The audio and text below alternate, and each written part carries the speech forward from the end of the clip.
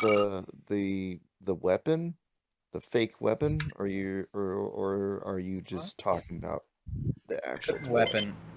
Are you talking about like a chicken, like one of those rubber chickens? Because I'm thinking of two things for a rubber duck. Because in the military we do have what we would call rubber ducks, which are pretty much just rubber training weapons. Oh. Yeah. Yeah, no, I didn't know that was a thing. Okay. Well, glad that we were able to get that situated. Mystery for the ages solved right here on the Guan Yu. Absolutely. Seriously though, anything else that we want to bring up before the session? No. Good.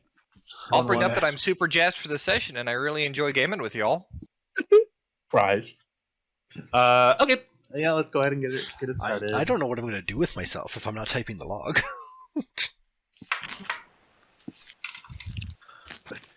It'll be over here, I guess.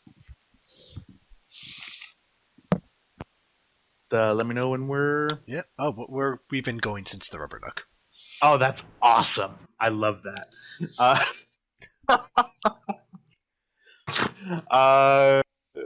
Welcome to the USS Guan Yu. Today, I don't have a start date for you again because I'm a terrible GM, but we're back. Last time, we had a very fun time. Edwards ended up in the sick bay again twice. After the first time, Commander Edwards, under the influence of someone that we now know is named Oblivious, snapped the neck of Nurse Sorrel, leave it, and attempted to attempted to do some other shenanigan stuff. The ship was going crazy there for a second. You fixed the issue. The issue apparently was caused by Lieutenant Commander Creighton and her oversight and use of unsafe use of the Sunny program, in which you have used for a while in the holodeck. Sunny, of course, is the My consciousness that was uploaded into the holodeck systems. You now have two consciousnesses in the holodeck systems. One of them you've already spoken to, Sunny, last session. One, I believe you are looking to speak to, Oblivious. You are currently, if we look the map, which was created 2 seconds ago, your ship, the USS Guan Yu, a beautiful Intrepid class starship, is currently in the borders of a couple of different sectors of space.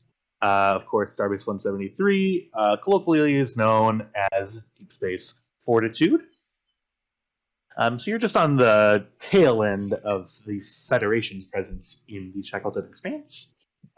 Just for everybody here who's looking at, of course, this is Klingon territory down here. This is the Ronin Star Empire for those who can read. Right down here is where Narendra Station is, and to the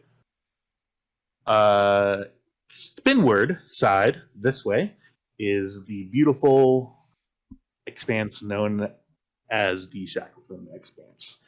We pick up the action. See where we want to start. You guys are currently still on a mission, even though there has been a couple of distractions. You were sent to survey a star that was showing some interesting signs of degradation. Excuse me. We'll go ahead and pick up the action then. In a hallway, which would be where, or let's actually didn't make a hallway. Didn't make a hallway. It's the one thing that we need right now. I hate you so much. I hate you so much. I have a running list of tasks that you haven't done yet, and I find it insubordinate that you haven't read my mind. Put to know them what down I need. on paper. We start in a holodeck that is currently empty and not running a program. We start with Commander Hagen, Dr. Hagen, and our wonderful Lieutenant Commander Kelly. Sunny just basically did the holographic version of hanging up on you. You're left standing in the middle of the holodeck, sort of taking in the chaos of the past few hours. So, what would you like to do? Well, I've got to get to the computer core, see if we still got virus problems. I need to speak to Mr. Acclivius and make sure that he's not going to try and kill us all. Oh, Could you do me a favor? huh? Just like harangue the first gold shirt you see to bring me a let's see, what would I like? Black cherry soda, ice cold. That'd be nice. Well, if you And can some get more the- snacks. I might be in the computer core a while. Well, if you can get the replicator system up and running, I'll see what I can do. I'll make that a priority. Right then. And I'm going to walk out into the hallway and go over to holodeck 2. And Commander Kelly moves down to the engineering section. I'm assuming down to the computer core. Yep. Yeah, let's do a fun scene transition. Arriving at a completely different holodeck. Walking up down this imaginary hallway that hasn't been created yet. You walk into well, actually, you stop at the door. Program in progress. But computer, is it the Acclivius program? Error. Program has no known designation. Designate program Acclivius. Acknowledged. Open the door, please. Unable to comply. Safety Override. protocols. Extra Delta 7. Acknowledged. Enter when ready. Also, engage safety protocols, please. Acknowledged. Safety protocols enabled. I walk in. And in a empty holodeck, you can see the yellow grid lines surrounding you, and sort of looking at his hands is Acclivius, or what What do you you look like? think is Acclivius. Acclivius is how tall is Hagen? Hagen's like 5'4". He's very short. Yeah, Acclivius is a good 6'2". Sort of not built or bulky, but very slim. Has a dark face with shaven short hair. He's currently facing away from you. You see the clothes that he's wearing. It seems to be just like a black, I want to say like jumpsuit, but that seems weird. Just wearing black sort of engineer's uniform with no Starfleet designation on it. Right. Sort of broadish shoulders, but you see that coming down from his shoulders, he gets slimmer and slimmer, and you see his legs are actually very slim. Mr. Acclivius, I presume.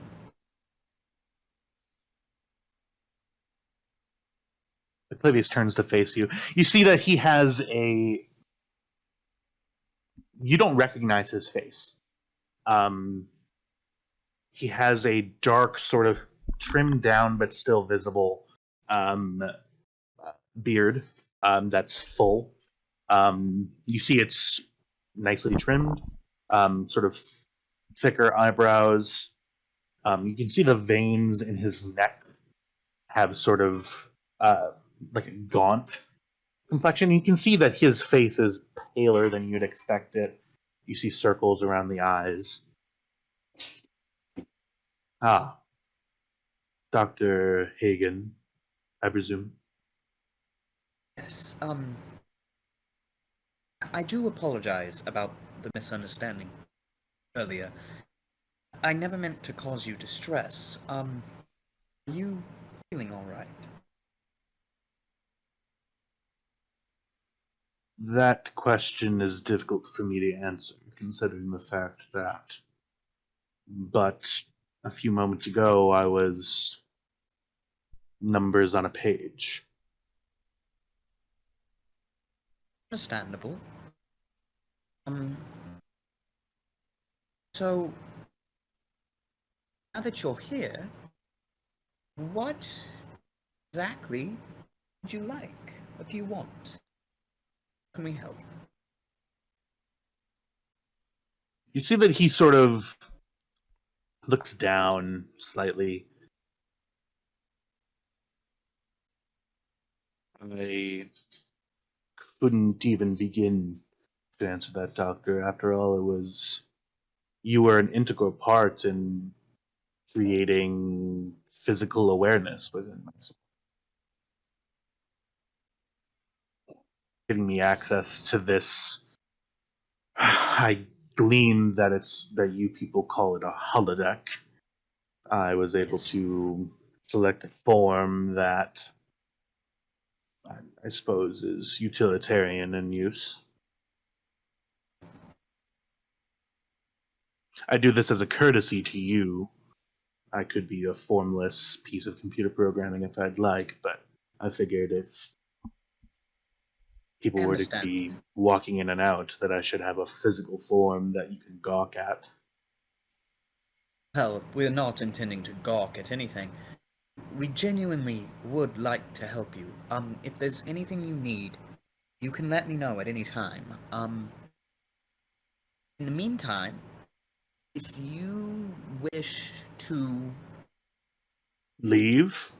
If I wish to leave? if you wish to leave, we can figure something out. It would take some doing, as you said, you are a computer program, and we would need to find a place for you to exist.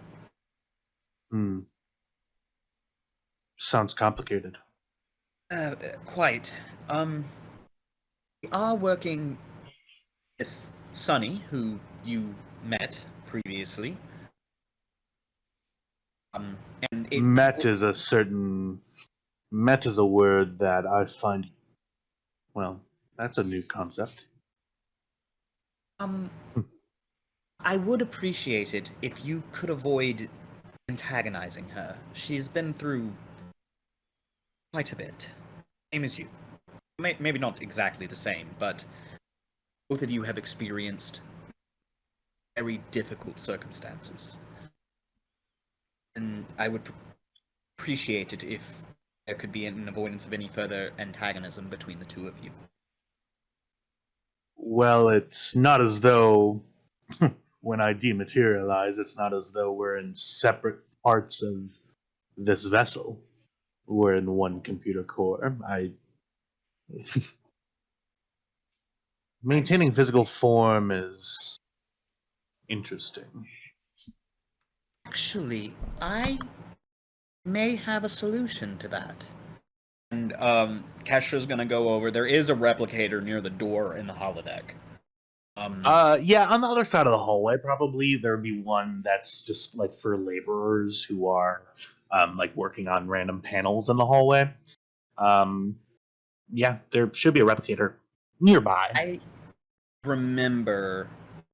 You remember the Moriarty episode in Star Trek: The Next Generation? Star Trek: The Next Generation. I've never heard of that. Yeah. Yeah, I know what you're referring to. Do you remember that little box they made for I Moriarty actually, to live in? it's been a really long time since I've seen that. Like, joking aside, it has been a very long time since I've seen that. Basically, they built a very small quantum computer that allowed Moriarty to live within a self-contained, procedurally generated universe. Cool. The that is speaking on a purely meta level now.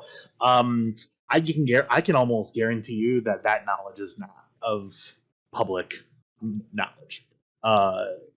That whole situation, unless you did some research in character about it, you would Right. you would have the faintest. I mean, Hagen is definitely very smart, but an engineer she is not. Yeah, you certainly would not have that just on the top, in the back of your head. Right, You would need I some understand. serious research. Well, if you could avoid antagonizing her, and I'll ask the same of her, for a while, I will look into finding a way for you to leave, if you so wish. As of now, only thing that I ask is that you not access of the ship's controls. Environmental, not the engines, navigation, just please leave those alone. And is Sunny under that same rule? Yes. We prefer. If you look in our regulations, which I know you have access to, you will know that in order to operate those systems, you would need to be a Starfleet officer. At least to operate them legally. This concept of legal versus not legal and regulations, it's not necessarily in my programming yet. Think of it as a set of instructions for a program. If then instructions. If you are not a Starfleet officer, then do not access the control systems. I suppose that is reasonable considering the fact that you all have your duties to perform. Yes. I will And follow your directions for now. I appreciate it, Eclivius. And if you ever need anything, or if you have any questions, please contact me. I will go ahead and roll a first roll of the episode. Go ahead and roll a. Go ahead and give me control. Yeah, this won't be. This will not. I'm not going to allow a medicine flop for this, considering you're talking to a program that has no thoughts. Actually, as you're sort of speaking, again, very familiar to you. This would fall under attempting to coerce someone into refraining from a specific course of action, right? I am. It's not going to be command. It's going to be. Okay. Congratulations, you're trying to con him. So the reason being, you hold in this very specific encounter, you hold no rank. You hold a rank. Eclivius isn't. Eclivius isn't compelled to follow your orders. I'll give you that piece of information. So control con, I'll say difficulty of 2.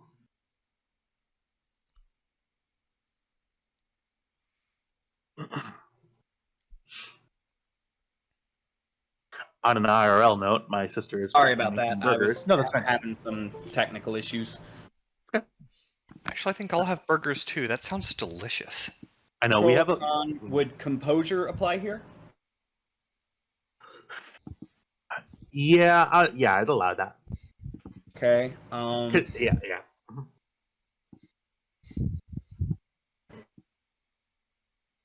One second, I'll be right back. I've gotta. Take your time. Yeah, my sister is making burgers, and it smells like really, really good. I might go out and get burgers and buns. Have a barbecue tomorrow. Yeah, we're doing. I think this week our dinners that we have planned, because this is kind of our last week, sort of in this apartment. So we're doing burgers, tacos, wings. We're gonna have a big pot of mac and cheese on Thursday, and then on Friday we're doing a steak dinner. That sounds lovely. Hopefully that fucking package shows up before you leave. I mean, it's in your state somewhere. Actually, I think it's like 20 miles from where you should be. Yeah, so it's gonna come on Tuesday, and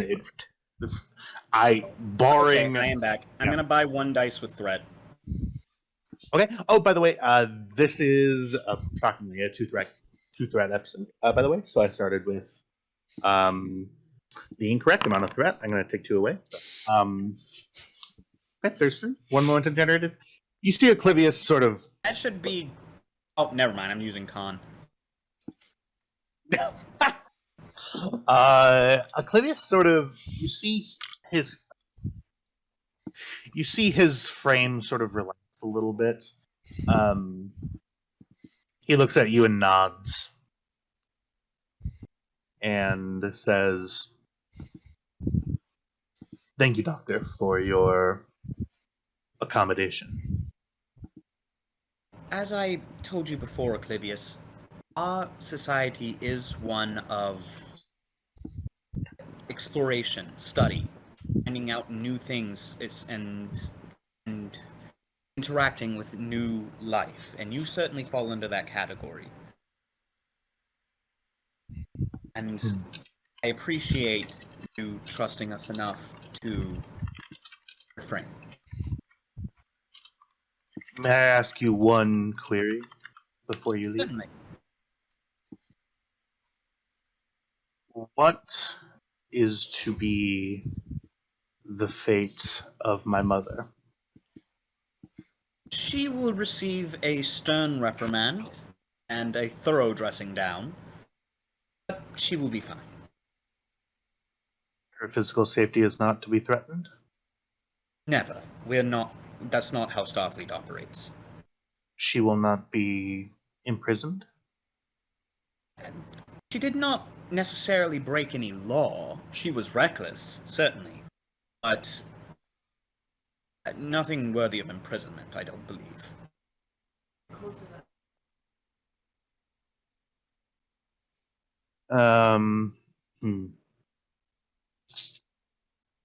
Okay. Well, I don't think anything she did is actually illegal. It was stupid, it was reckless, but it wasn't illegal. Okay. Oblivious walks towards you. As he was kind of standing on the opposite end of the holodeck. The holodeck is a pretty big place. Hagen, can you hear me or no? Yes, 1 minute, I'll be right back. Sorry, I have a little technical thing. Okay. Alexis is putting cheese on my burgers. I had eggs. Magnificent. Salad. Good times. I do not like being away from my computer, my desk, and my wife. Not necessarily in that order, in case she watches this. Would she ever watch this? Oh God, no. And she'd expect that answer. Like, there's a chance I might have to go home. Not next weekend, but the weekend after. And there's a chance that I can play at my actual desk. Even though I've been gone for weeks, she understands that this takes a priority because this is a time-sensitive thing, and she can have me after. Right. I'm still trying to get out of going back next weekend because it's stupid. And I will talk about that when we're not recording. Yeah, probably a good idea. Mm-hmm. Hagen, just let me know when you're back if you can hear me.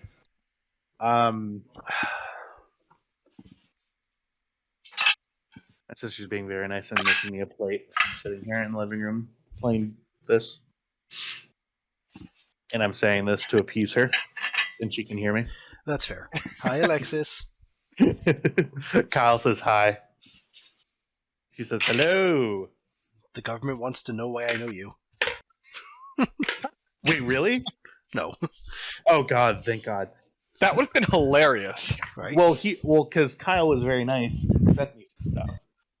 Yeah, we won't get into it on the recording.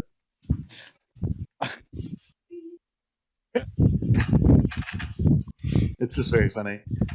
But no, seriously, would you guys be? I am sorry about that. There was a bit of a technical issue with my computer. I have it all fixed now. Oh, did you just kick it? Yeah, there was a there was a bit of a it was trying to force an update, and I had to go in and stop that. It was gonna force an update while you were using your computer. Yeah, I don't That's know so what funny. it was. Yeah, I did it. Yeah. I scheduled it right here. Uh-oh, Tristan, you're in trouble now. no, my wife is plotting against me. Oh, her laugh is so cute. Anyways, If sorry your about wife that. isn't plotting against you, are you really married? Yeah, That truly. is fair. I was gonna Um, say that. Where were Anyways, but let's jump in. Acclivius begins. Yeah, we'll put the edit in here now, and we're back. Yeah, more work for you to do, Edwards. Acclivius.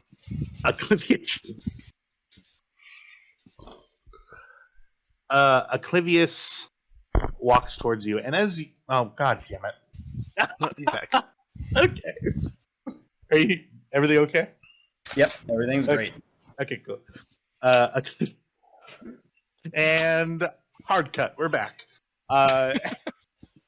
Hey, Acclivius walks towards you, and you can see as he walks towards you, just he was standing on the far side of the room. As he gets closer to you, he is sort of a threatening presence to you. He towers 2 heads above you.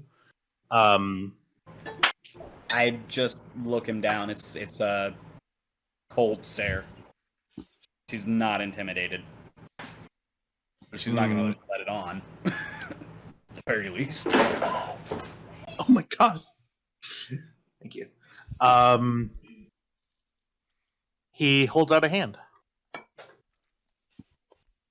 She holds out her hand and goes to shake. He shakes your hand, and it's clear to you as soon as you grab the hand that he kind of, it's like how if you read a hand, like a book on how to shake a hand and have never shaken a hand before. Right. So his hand grabs you like a vice. And like ouch. Maybe tone down the grip strength a little. His hand turns into a wet noodle. I'd say there's a middle ground between the two. You guys spend about 5 minutes just trying to get this done, and we'll transition scenes, taking a momentum away from him. Sorry, I'm eating potatoes. Kelly, you were looking to make sure that your computer's fine, right? Indeed. All right. Head down to engineering. Oh, and also, I'll ask everybody. Hey, look what happened.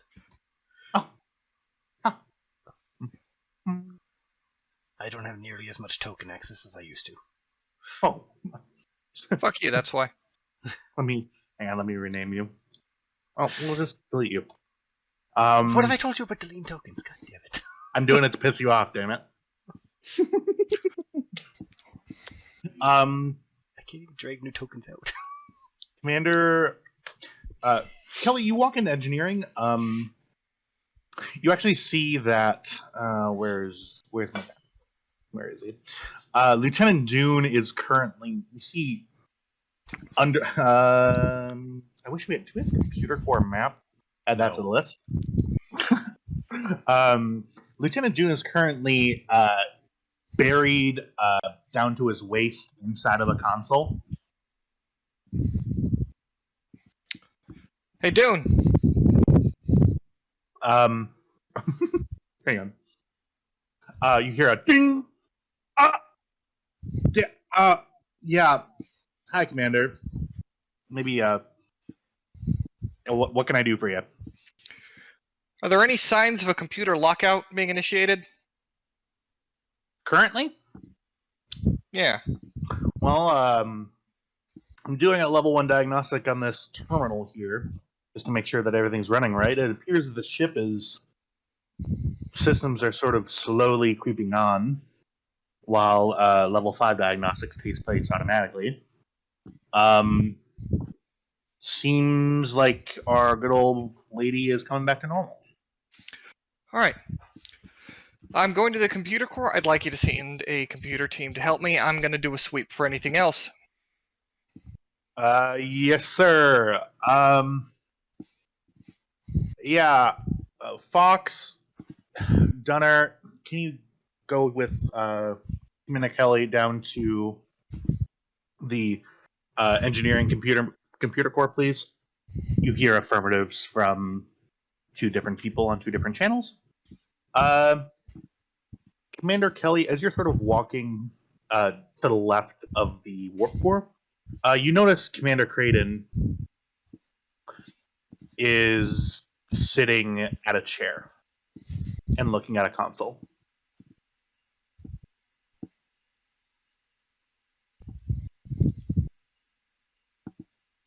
Kelly's going to kind of sneak up behind and just poke her in the back of the head.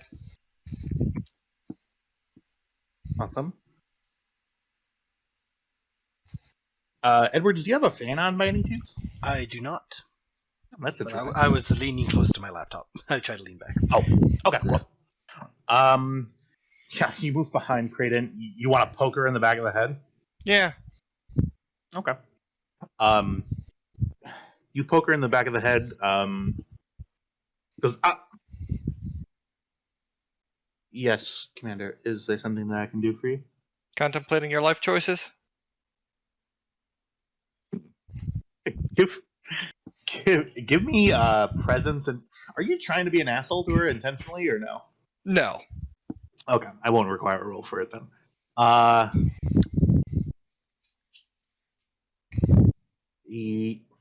guess you could probably say that. You know, I'm a pretty damn good engineer. Been doing it since I got here. Been probably in Starfleet longer than you have. The fact that this even happened, and the fact that I made this happen, is gonna be the end for me. You sure about that? Yeah, unless you have a... I don't know. Unless you have anything in mind. I mean, not only did I unleash not 1 but 2 AI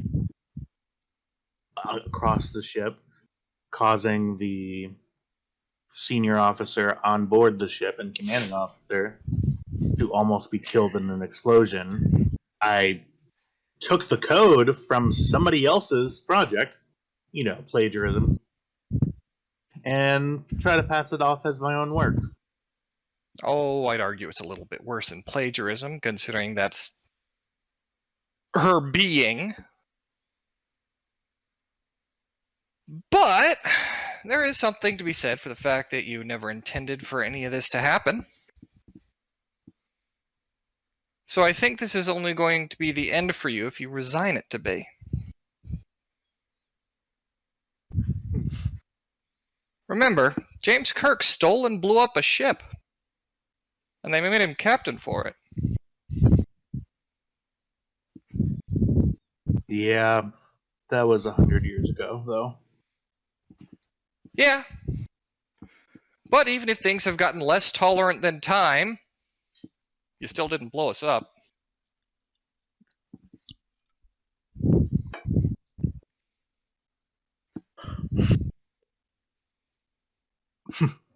I did blow someone up, Kelly. Well, like I said, that was a really, really weird situation and more the result of bad luck than negligence.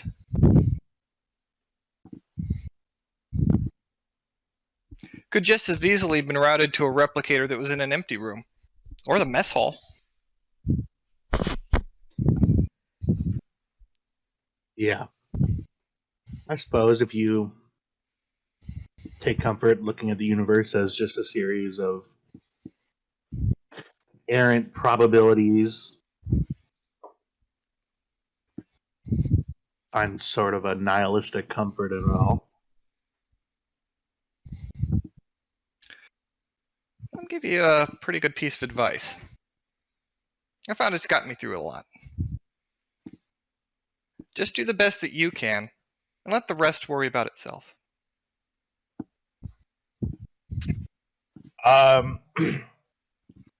Now I'll have you give me a roll. Presence. I'm gonna do presence engineering. Okay. Go ahead and. Yeah, you're trying to do a pep talk here. I'm gonna say. I'm gonna say difficulty of 3. I'll say. How about this? It'll be a variable difficulty task. It's gonna be 3, 4, or 5.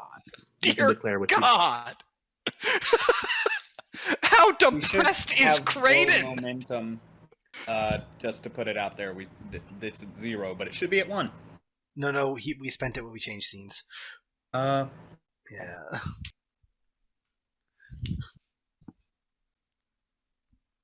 Dear God, is like Creighton over here contemplating a phaser or something?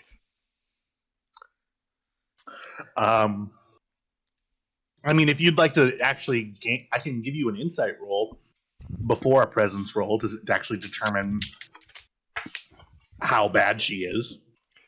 You know what? Sure. Okay. We're gonna say insight. How about Insight Con? Yeah, I'd give you insight con. Sure. Oh, thank God, because my command is shit.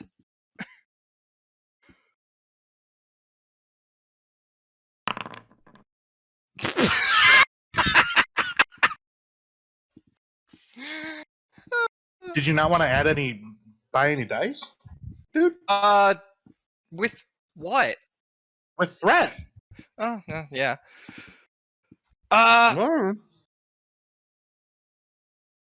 It would not help, I don't think, with the threat, but I might. I don't know what the difficulty here is, so. I guess I'll give you a threat if I can do that retroactively. No, I got to take the roll that hit the table. Sorry. Understandable. I'll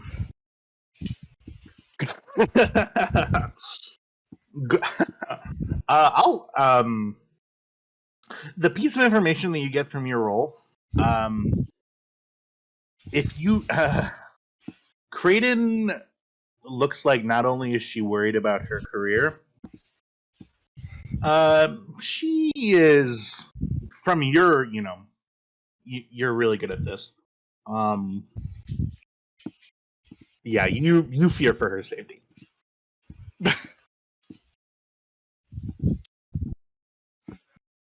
Like genuinely, from that complication. You want to still do that presence roll? Well, you gave sure. I'm gonna compel the presence roll anyway. So, presence engineering. Go ahead and give. Yeah, variable difficulty. We'll say 3, 4, 5. You know what? I'll go for 4. Cool. And I will give you a threat for a dice and a reroll. Sounds good. Actually, I'll give you 3 threat for 2 dice. Cool. As this is going to end badly. Oh God, Saoirse's doing social things. I will re-roll that 16. Go ahead. Just social things are my favorite things. The rate of even Shizumi worse. social things. Oh, it's funny. She's doing her best. Look at the bright side. There is no complications. Hey, Jack, Yeah. just do the best you can. Let the rest worry about itself. That's so funny. Good job. Right. Yeah, you see Commander Creighton turns to face you. She's sort of just... She goes, "Yeah, Commander, I really appreciate it. Thank you." And turns to leave. You want to give me a hand with the computer core?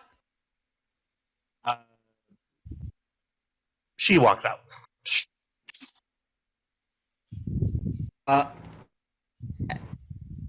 At that point, I would like to. I assume that my talk with Mr. Acclivius is done at that point. Yeah. Commander Hagen to Lieutenant Commander Creighton. Please meet me in the main ready room on the bridge.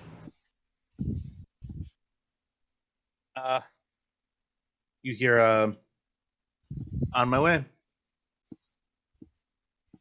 Okay. Okay. We're gonna finish up this scene here. Kelly, you move over to the computer core. Yep. And what specifically are you looking for as you sort of sit down at the console? Well, first thing she's gonna do is run a sweep using her antivirus software, looking for traces of High Priestess, Hierophant, Emperor, and let's see, what else should I be looking for here? High Priestess, Hierophant, Emperor, and Open File, and Moon. Yeah, definitely Moon, because there was some shit going on here. All right. Stand by for just 1 second. Who's taking the notes for me? I am. I've got. I'm letting you know you can stand down. I've been doing it on my phone. I wanted to make sure it was viable before I stood you down, but it's working out rather well. Okie. You got what I put in there so far? No, I'm not in the document. It wouldn't let me. Anyway. Your work is for nothing. No, I'm going to read it, because I will probably adjust It's myself. only like 3 bullet points at this point, so... Yeah, no, I've been typing on my phone in an email to myself. All right, Yes, everyone. thank Now you. let's take that GM quote out of context. What did I say? All of your work is for Laughing, nothing. you said all your work has been for nothing. There it is. Okay. Store You're my running a life. sweep for your viruses, right? Yep. Okay. Yeah. Go ahead and give me, that'll be reason or insight engineering. I'll say one difficulty for each one of your viruses. Difficulty 4. Okay, I will buy 1 dice with threat, putting me at 5 dice. Cool. You get computer expertise on that. Indeed, I believe so.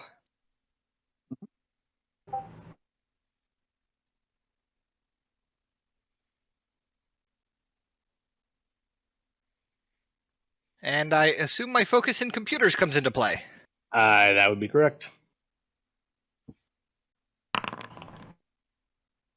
Man, it's just wild how much better at just sitting by a computer than you are than talking to people.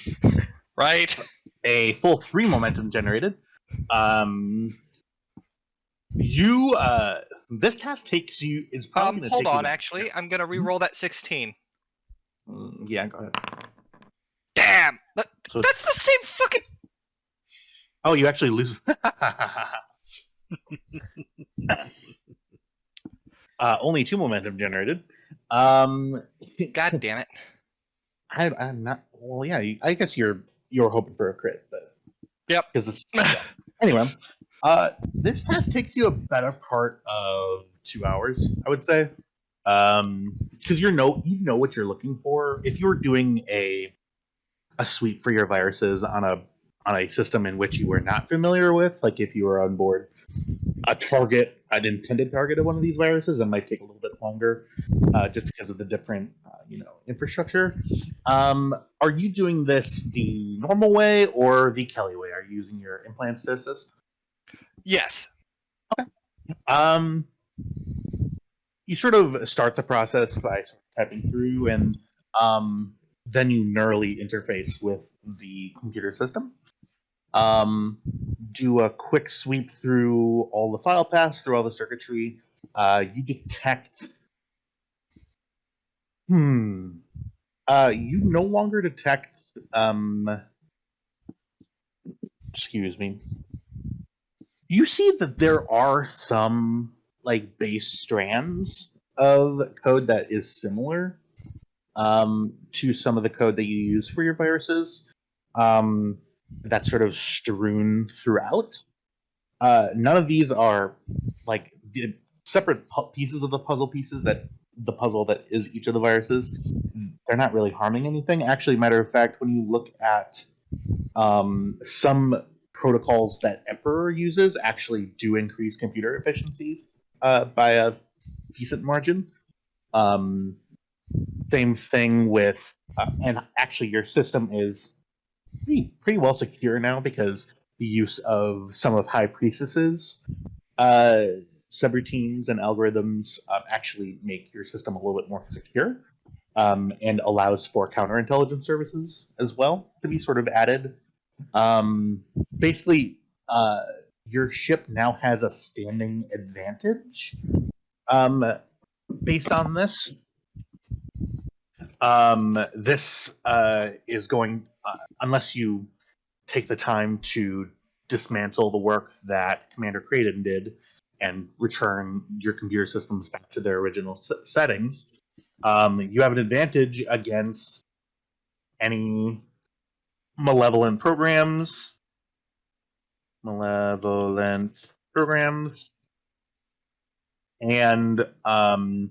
you have a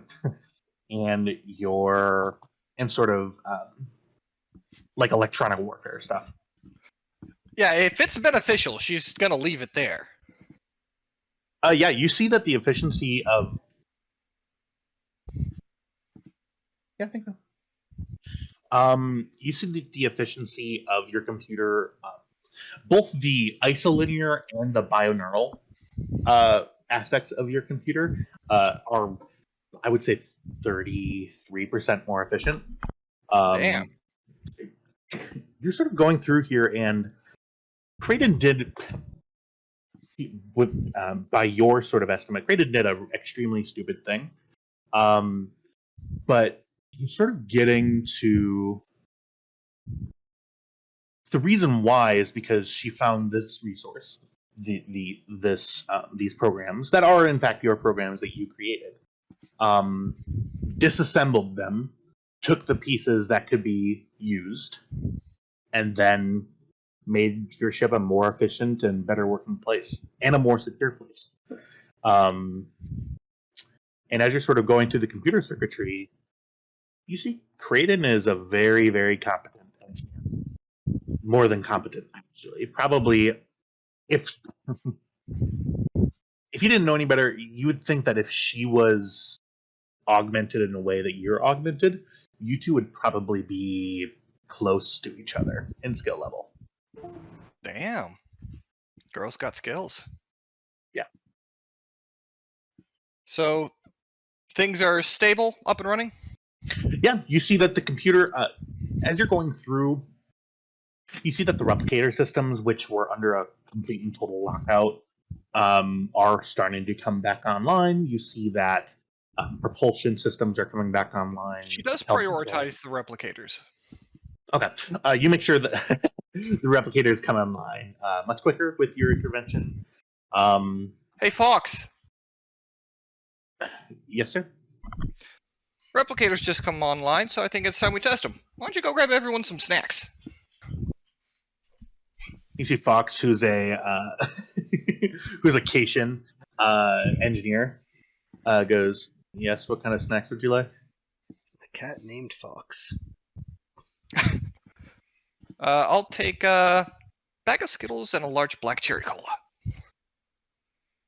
All right. Is there anything else that I can get you, or do you want me to keep working on this console? Because I'm an engineer. Go for it. Have a walk. Take a break. You see that a fox. You see foxes. This is me trying to create a more out of character. This is me trying to create a more lived-in experience on board the ship. You see Fox. You know him to be. He is a chief in engineering. Testing 1, 2, 3. Hey, buddy. Hi. What's up? Yeah, we hear you. You're a little quiet. Try You okay, again. Nishizumi? Niche, we heard you. We heard Come you. back to us. It's okay. Don't go into the light. Unless that wormhole is what we're aiming at. Yep. Okay. Nish, if you're having tech issues and your mic isn't working or something, just DM me and then I'll figure out what we can do. Okay. Oh. Okay. Well, we lost Nish. Oh. Hi, Huh? Nish. Hello? You okay? No, we cannot hear you. If you're speaking. Try okay.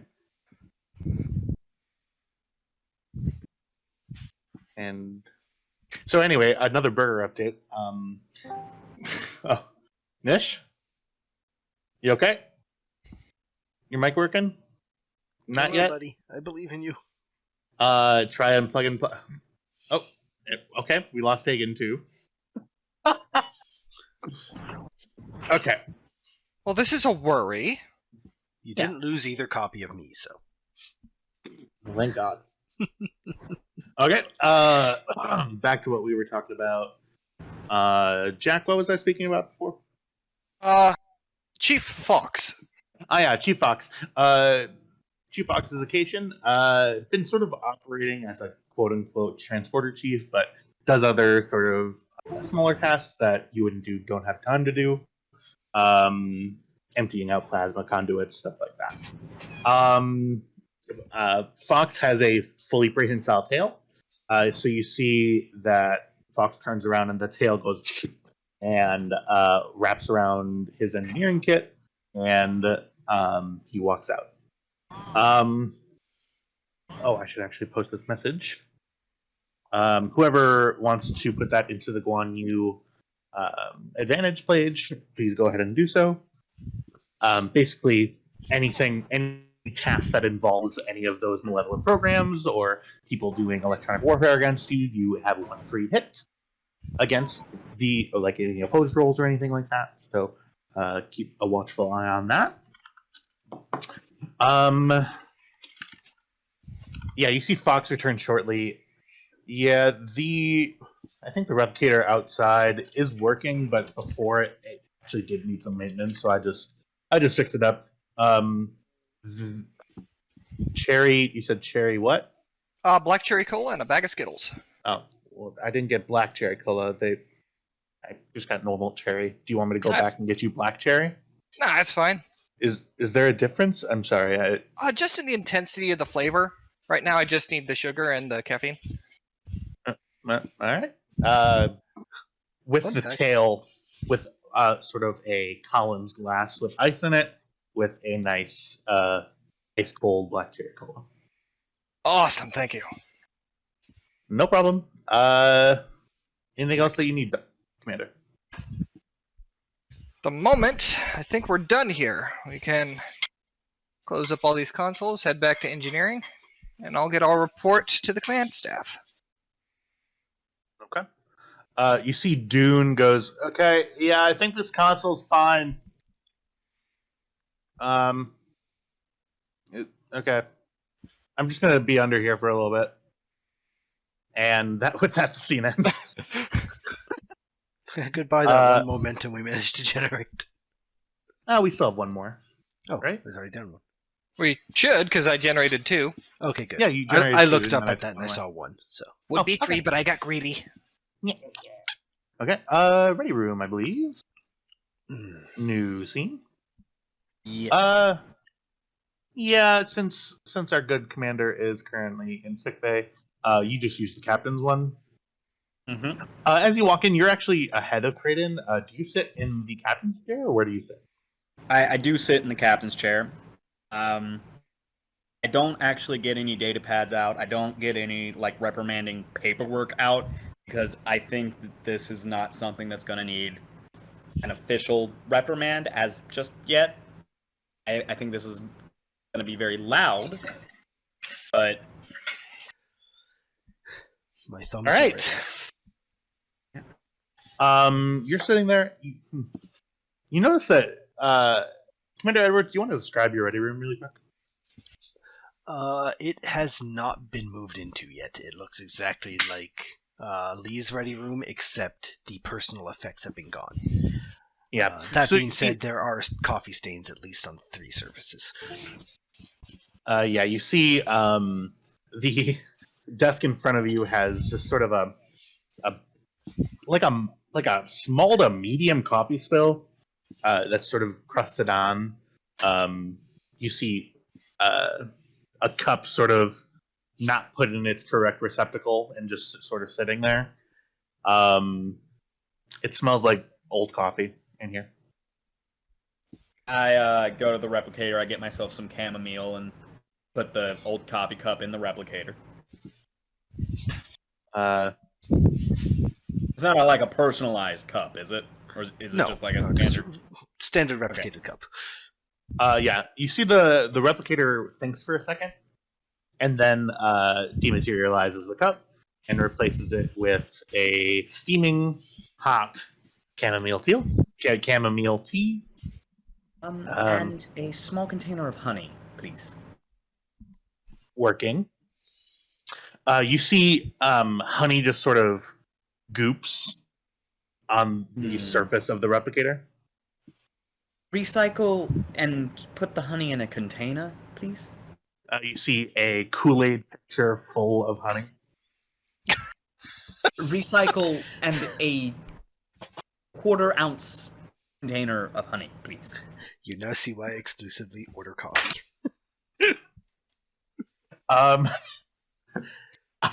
My sister's laughing at that, I think. Or no, are you? What are you laughing at? You're laughing at this? No, not me. I would never think you were laughing at me. Let her know we also laugh at you.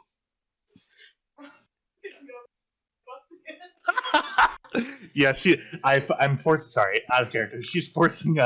I'm forcing her to watch Dimension 20, and she's getting a kick out of Brennan's GMing segment. Anyways, yeah, you see a little tiny like replicated porcelain honey container.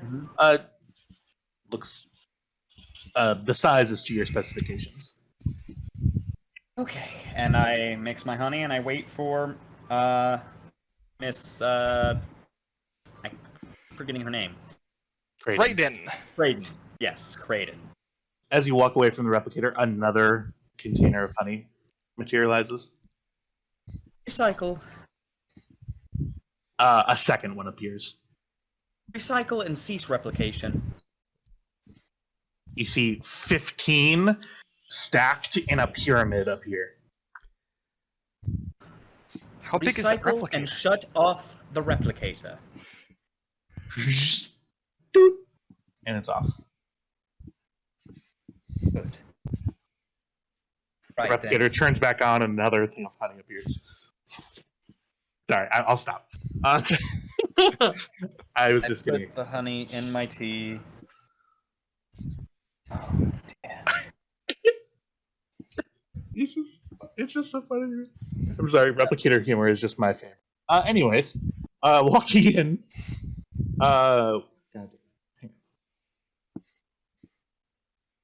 Nope, not in the enemy folder. Not yet. Not yet. You didn't hear that. Walking in from your bathroom, apparently. Nope, from right here. Is Lieutenant Commander Creighton.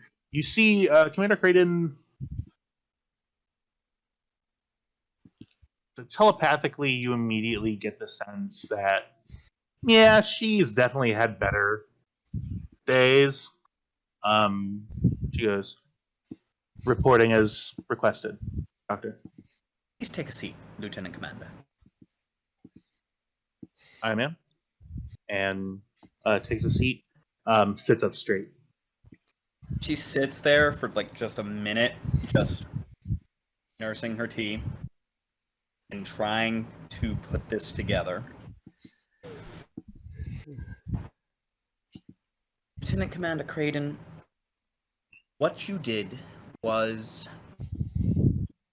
reckless. It was unwise, and it very nearly caused the death of the commanding officer of this vessel.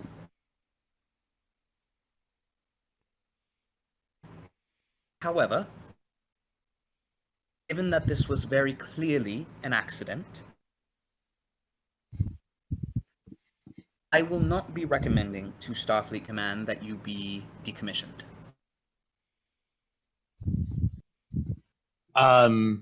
Surface thoughts, you get a hint, just the tiniest hint of a surprise. Well, what? Surprise. You will work with Lieutenant Commander Kelly to fix every inch of this vessel. We'll write up a full report on what you did with the Sunny program. And you will personally apologize for my intelligence that you used to create a brand new life form, as well as the life form itself. Is that clear?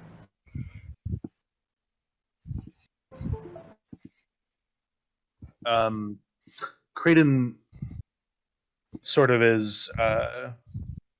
You see that she's hyper focused on sort of her thumb, kind of like, I don't know if anybody else went to the principal's office a lot. I didn't, Right. but the only other times that I've been in there, I would sort of be looking down and just trying to disassociate. Right. You're getting that sort of. You from her thoughts, you can still see that she's listening very intensely. Right. Commander, I appreciate. Thank you. I realized that what I did was a mistake. And see, it's not even. In my family, a mistake is I left one of my engineering tools on. The power cell got drained, or a replicator continues to speak, and you see the replicator turns on behind you, and another thing of fucking honey appears. Computer, reroute power away from that replicator system, please. Acknowledged. Whoa. Kelly, you get a ping on your path that there is a replicator that is experiencing a power loss in the in the ready room. Computer, is there anyone in the captain's ready room right now? There are 2 individuals in the ready room. Kelly, to the ready room? Yes, Kelly? I just got a notice of a power drain in there. Is everything okay? I had the computer reroute power away from the captain's replicator, as it appears to be producing an inordinate amount of honey. I'll have someone check it out. Please, hold off for just a moment. And then I turn back to Creighton, and I say, this was indeed a mistake, and in fact may have been the gravest mistake that you have ever made. That being said, no one is dead, no one is hurt beyond recovery, and I believe you have learned your lesson about meddling with programs that you do not understand. Is that fair to say? Extremely fair, Commander. You are to report to Lieutenant Commander Kelly and do what she says.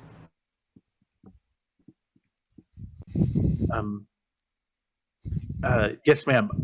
Before I go, did you want me to look? I can see what's happening with the replicator if you want. Yes, if you would. Thank you. All right. I Computer, divert normal power back to the replicator, please. And you see a molten hot stream of honey starts just flowing out of the replicator. Commander, you might want to. I'll take care of this. Just might want to just. Oh, it's in my shoes. Oh, yes. Okay, I'm going to sickbay, I suppose. I'll be in here. And Lieutenant Commander Creighton? She says yes as she picks up her feet. Yep. Thank you for being reasonable about this.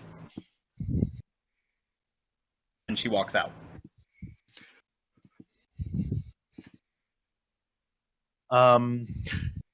You feel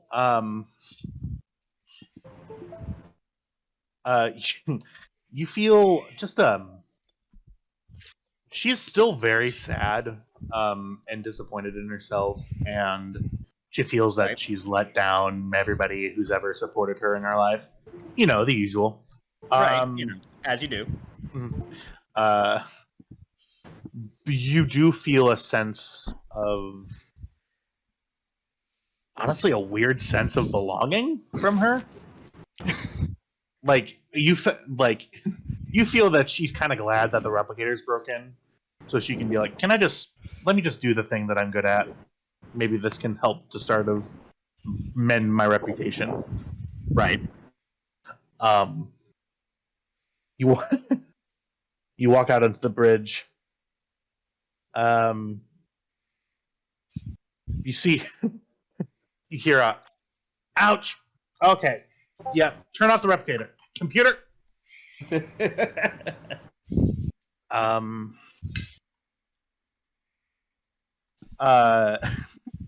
You actually turn around and you see just a little tiny pool of honey just pooling underneath the door and sort of slipping through the crack.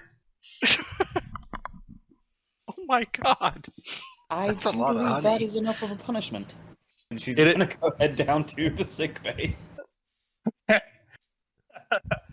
Doom is an experience. Nishizumi's not in the right chair. There we go.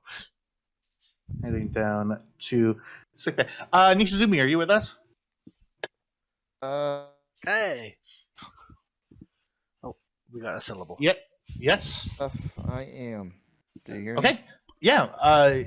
Just before we go down to sick bay, is there anything else? Is there anything while you're on the bridge? You see, sort of Dr. Hagen, like. Can you hear me? Yes or no? Yeah, I can hear you. Yep.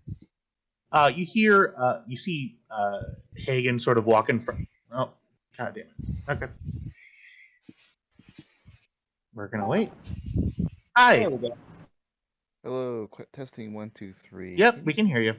Okay. I'm not Cool. sure what's happening. Are you just losing audio, or what's the deal? I'm not exactly sure. Maybe internet? Don't know. Okay. Yeah, is there anything that you wanted to do? You see sort of Hagen walk past you and sort of nod to you in the universal motion of you have the con, whoever you are, and sort of walk to the... yeah. Is there anything else that Nishizumi would like to do up here? Well, I suppose she'll just... Well, was there any damages to the systems up here? Yeah, you see... that's actually a really good point. You see Zeg and...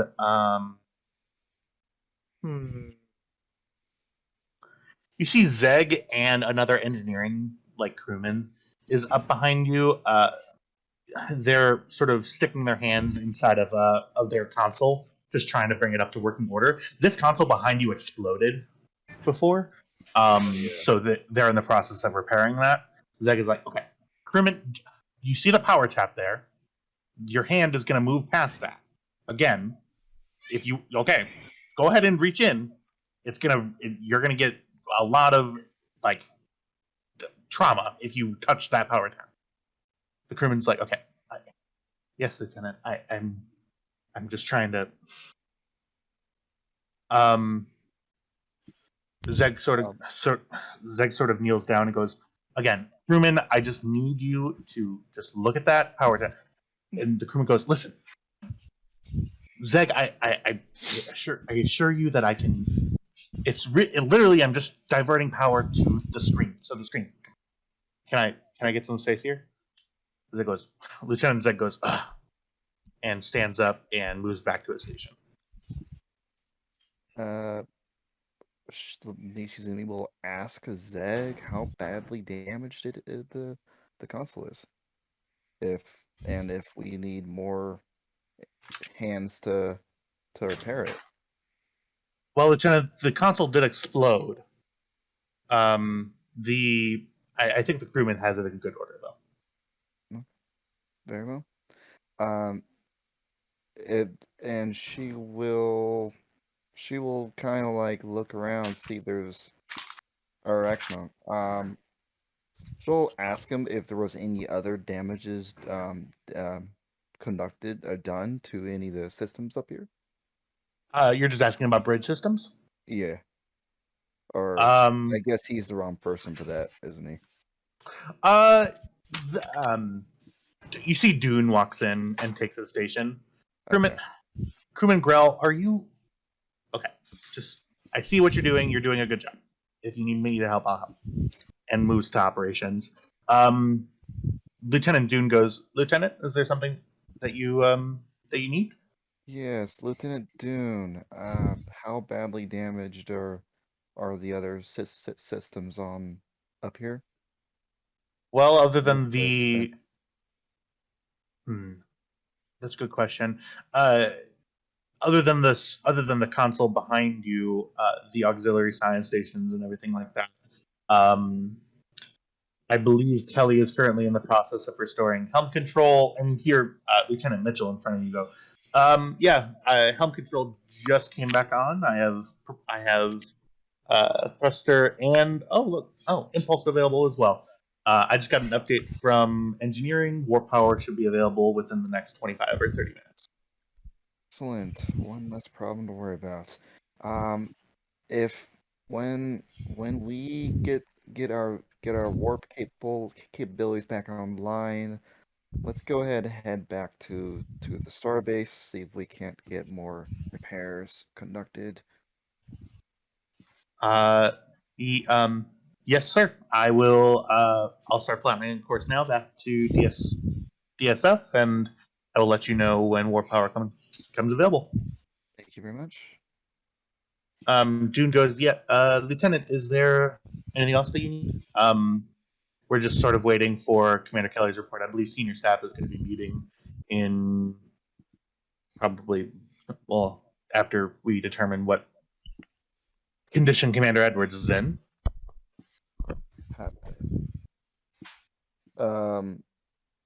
How is he doing at the moment? I haven't, Lieutenant. Sorry, I haven't been able to be in sick bay. I've been sort of down in engineering, but from what I hear from the security officers walking through, he appears. I mean, according to one of Zeg's boys down in security, I ascertained that Edwards is doing well and should be. I mean, I think he might be still unconscious, but we'll know more in a little bit. Did I disconnect again? Nope. No, you're right here. Hi. Okay. It depends. Did you hear everything he just said? He cut off at the last part, but Oh. Okay. I didn't hear the last part of it. Hear the last part. What was the last word that you heard? I heard some of the Zeg's people did something, and that's kind of like all I heard. Okay. Zeg's one of Zeg's boys told me that Commander Edwards is currently unconscious in sickbay, and I think I passed Hagen in the hallway, and we'll see what happens in the next couple minutes. Excellent. Okay. Thank you.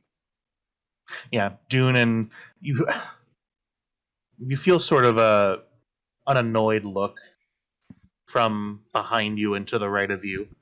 And with that, we will He change just sheets. ignores his look. We will go ahead and change scenes. Down to sick bay. Needs to be Reorganize. Change places. Engineering. Oh no, you. The Galactic Republic shall be reorganized into the First Galactic Empire. What do I do if there's multiple This is how copies of the democracy same dies. Maybe we should just conduct Order 66 and just get rid of those multiple copies. Sounds like a good idea. I'm deleting them. Why were there multiple copies? Sounds like someone didn't do things properly. Okay. Every Well- page has one copy of everything. If you just move them, Ah! I miss my controls. I'm just. This is what happens when you leave us to go hang out with your army buddies in a cabin. I don't wanna. Have me doing a bunch of annoying stuff on Foundry because I'm the only admin here. I mean, I can do it. I'm all remoted into my actual computer. It just takes a bit longer. Dr. Hagen, you walk into your sick bay. Do I have a EMH, you do. what? I made you an Where? EMH. Oh, there he is. I grabbed the weirdest looking finding photo of him I could too. You see, as you walk in, the first thing you see is the EMH active, giving Sorrel what appears to be a psychological evaluation. All right. Ensign, please say and a sort of flashlight goes down the throat. And how is our patient doing, Doctor? Well, he appears to be operating within normal parameters. Slight concussion from when his head hit the ground after his neck was broken. Couple of cuts and bruises, but other than that, he appears to be in fine working order. Isn't that right, Ensign? Yes, Doctor. I find this doctor very agreeable, Doctor. I'm sure you do, Ensign Sorrel. So, is he okay to be moved? Moved, Doctor? Simply to one of the other biobeds. I need the main biobed for surgeries.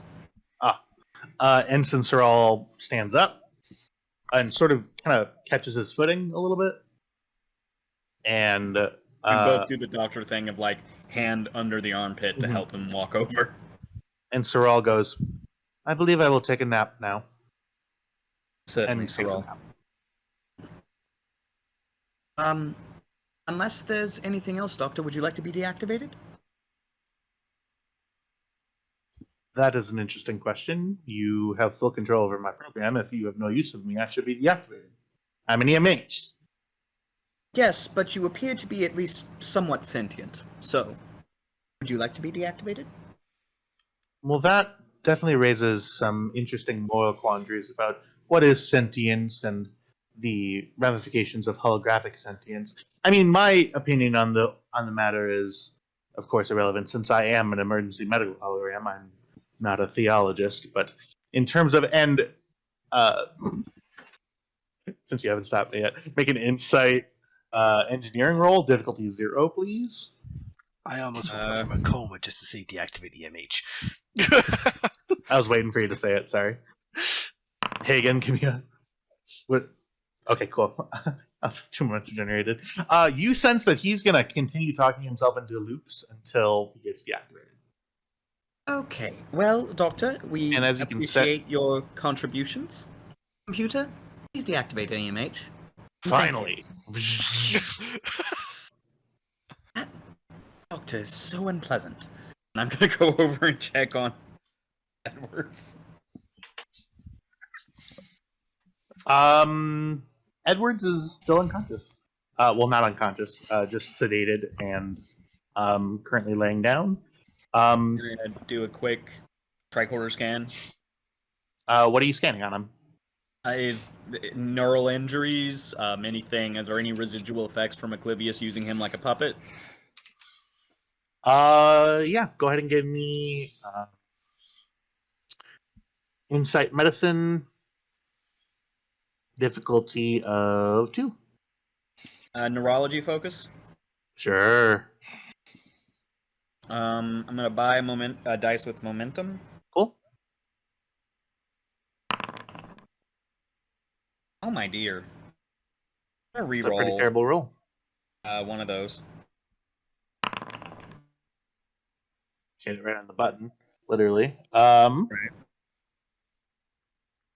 This is why we buy with momentum. People have bold here. Don't discriminate. This is a bold ship, damn it. Yeah, you scan Edwards. You do a neural scan. You see that there are no apparent neural deficits that you can see. That brainwaves match are within normal parameters. You see that his eye, which before was completely severed, you see where there used to be an optic nerve that was gone is now a black sludgy substance that appears to have taken over that part of the eye. What is that in the world? I'm going to get a microfiber camera and stick it in there and try and figure out what in the world I'm looking at. Okay. I'll treat that as an obtained information if you'd like. Sure. You see that there is inside of where the optic nerve is, there is where it used to be, I should say, is core replicator fluid that you remember wiping a bunch of it off of his head and shoulders that exploded from the replicator. Can I remove that stuff? That definitely shouldn't be there. Give me. You're out of momentum. You certainly could remove that stuff. Can I do insight medicine to see if I think that this is a good idea? It's not going to be insight medicine. It's going to be insight engineering. Insight engineering. I'm going to say difficulty. Nah, I'll say insight medicine just to be nice. And well, actually, here's what I'll do. The normal roll would be insight engineering. I'll allow insight medicine with a complication increase. I'll take the complication increase, I suppose. Okay. Comp range goes up to 19 and 20, so just put 2 instead of 1 in there. It's going to be difficulty of 3.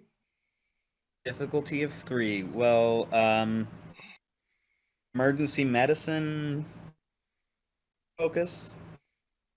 But not in this case, no. Neurology? I'd take I'd take a neurology focus, yeah. Okay. I'll buy one with threat. Cool. Dear God, what is happening? It's a horrible roll, dude. I love it. Wait. I'm gonna roll one more time. Not gonna affect anything. I just want to see if it'll happen again. Okay. It got worse. What is happening?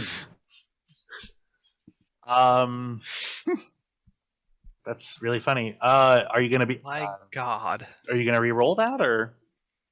I don't know if I can. I mean, I can use a determination, but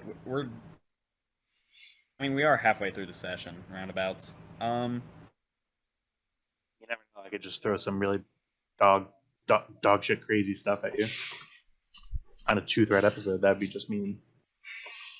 I will spend a determination for a reroll. Say, failure is not an option. What are your other values?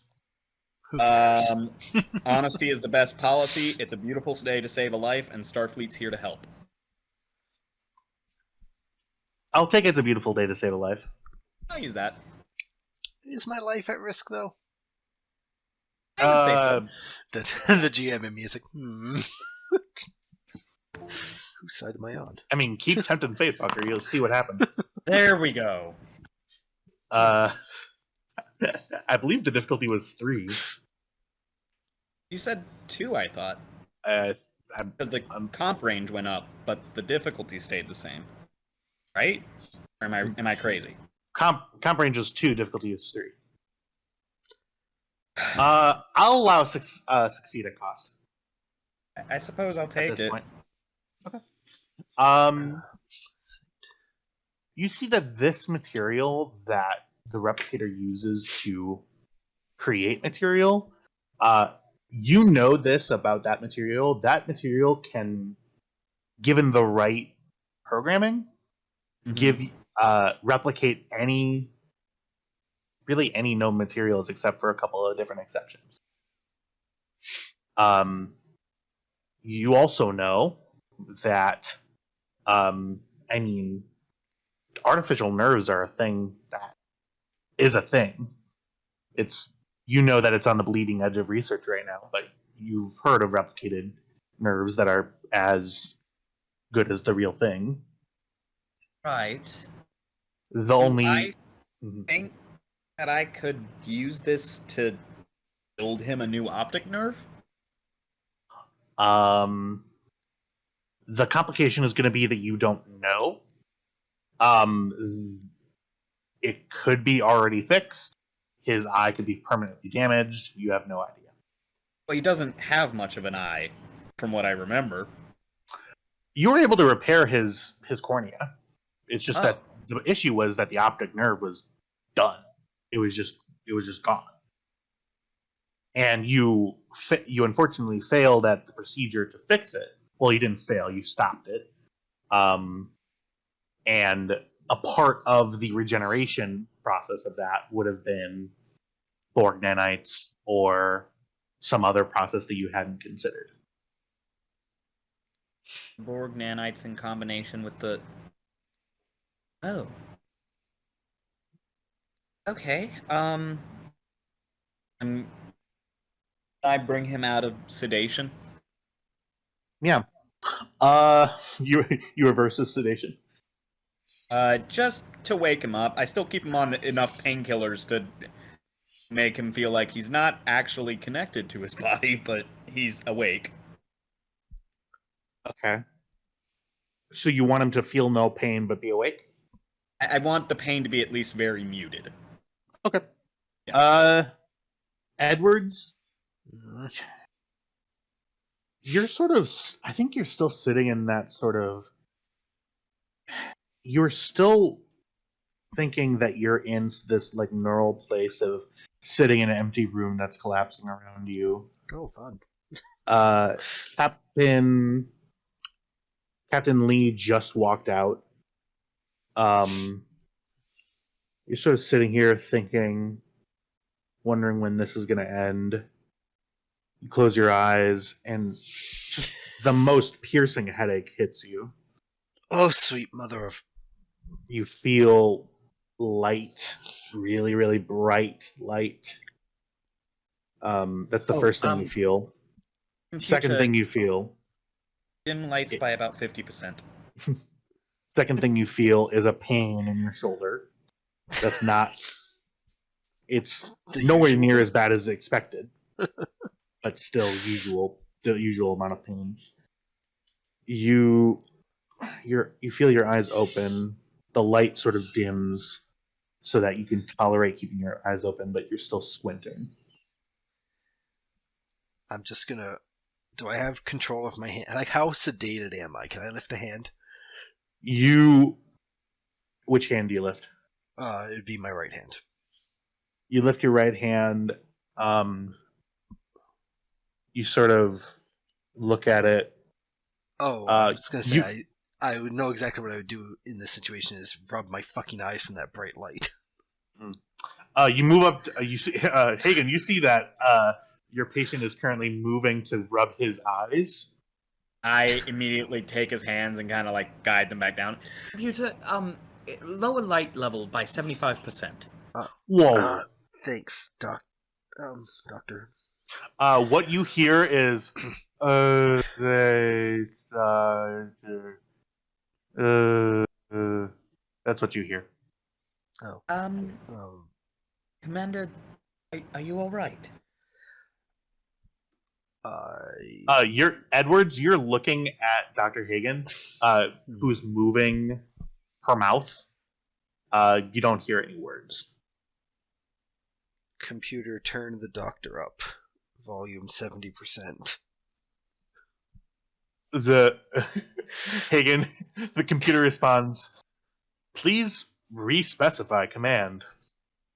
I'm going to do a quick test. I snap beside his ears. Can he hear me?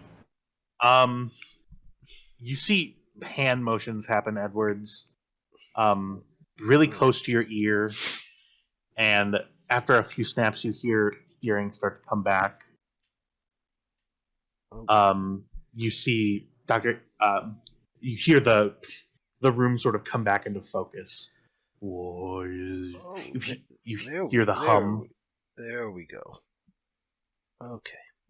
All right, Edwards, this is going to hurt, but I need you to do this for me. And I take out my pen light from my coat, click, and just say, "Follow the light, please." And I wave it over his eye. Dr. Hagen, you see both of his eyes move to follow your light. How about that? Okay, Commander, tell me when you can't see my finger, and I go from one side of his head to the other. Commander Edwards, you see the most beautiful finger travel across your vision from right to left. All the way? All the way. It's over there. You're over there. Your vision is blurry, but still from your brain sort of snaps back into where you. Has anybody ever come out of general anesthesia before? Yes, I have. Yes. Yeah, it's exactly like that. Abrupt and at night and alone. Yeah. Where am I? Oh. Okay. Yep. You hear the hum of the ship. You see to the right of you, out of your peripheral, you see Sorrel taking a nice nap with a little comforter over his body. You see with perfect clarity your first officer and chief medical officer. Okay. Well, Commander, Hello. Good news. Your vision appears to be 100% restored. I've always had great eyesight. Wait, restored? Oh, yes, you were missing an eye. Was I? Yes. Okay. Nope. Now you're not. So. Hagen, as Edward sort of turns his head to look at you, his left eye. What's your normal eye color, Edwards? They're brown. Well, his. You see his left eye is a bright, like, not neon green, but like an Irish green. Can I do a scan here and see if this is like what this is that I'm looking at? You do a scan. Go ahead and give me Reason Medicine difficulty 1.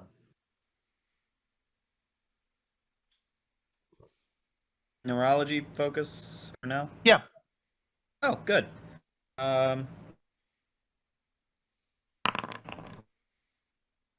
Piece of momentum. You You see Commander Edwards' left eye appears to be completely organic and functioning. Nothing weird about it. No.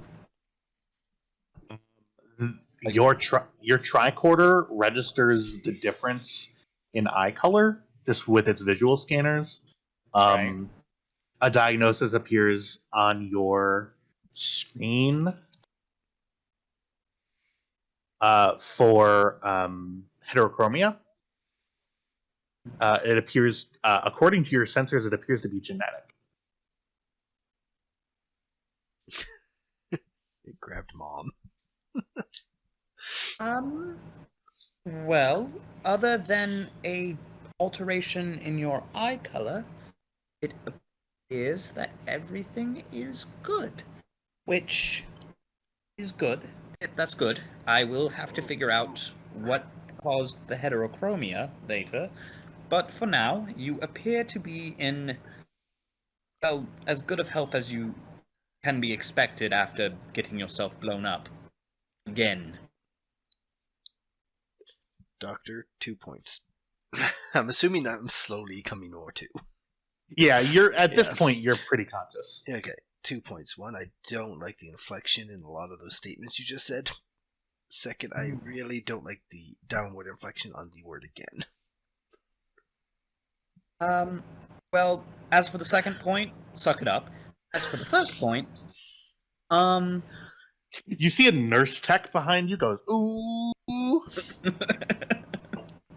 as for the first point, I'm not entirely sure what happened. So, that is a medical mystery that I will have to figure out. Oh, But- no, like a good puzzle. Couple updates.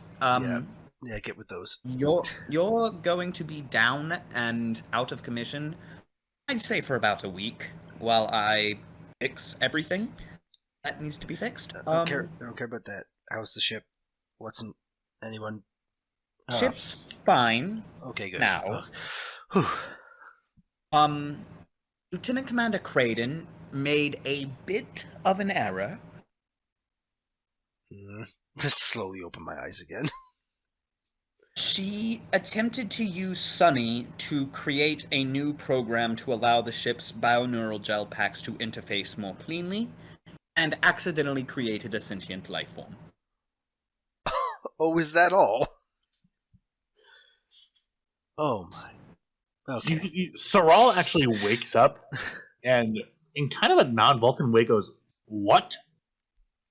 Yeah, my sentiments. Did we accidentally create a new life again? I mean, does Sunny Technically, No. this time was not our fault. Okay. And But- where? Okay. There's more. Yes, there is more. Mr. Acclivius, as he has seen fit to name himself. That's familiar. Why? Yeah, Edwards, as soon as you hear the word Acclivius, Hagen, you notice a sort of wave of anxiety come over Edwards. Edwards, you feel the hair on the back of your neck stick up. Which is impressive as a bald person. You still have tiny hair on the back of your neck that sticks up. Not if You're you shave it covered in properly. exactly as much hair as a gorilla. It's just that yours is downy. I shave super low down, so I don't see any. All the way up. Anyway. Yes, he has been isolated in holodeck 2. Okay. So there's that. He would like to leave, and I obviously would not recommend unleashing him on the extranet. So maybe we find some way for him to exist outside of our computer core, because the longer he's there, the more problems it can potentially cause. Yeah. We also need to follow up on the Daystrom Institute in getting a body for Sunny, and also we still need to go check out that sun. Okay, ignore the sun. Just take that one off the list for now. It is still our standing orders, sir. We'll get to it. The ship's not currently being destroyed. No one's died. Mhm. Quick question: why is Sorrel taking a nap? Edwards, you have crystal clear memory of why. Oh, he's okay. doing that, right? Yeah. All right. Crystal. You remember it like a movie that you saw an hour ago. Okay, that's why I didn't know where we were going with this. All right. Yeah. I can work with that. I kind of put my hand on his shoulder and I'm like, Sorol will be fine. Oh, Thankfully, thank God. the emergency medical hologram was able to repair the damage. Promote that hologram. We do need to work on that hologram's personality subroutines. They leave something to be desired. If they can do the job, I don't care how bitter they are. Kelly. I'm sorry. Okay. So Yes, and also, Kelly's viruses got out. Oh, for fuck's sakes. We've contained them, and everything appears to be functional as of current. Okay. Um, Well, yeah, go ahead. What's the next Yes. thing? Also, your ready room may have an inch-deep layer of honey in it. You know what? Don't care. And with that, we'll end the scene.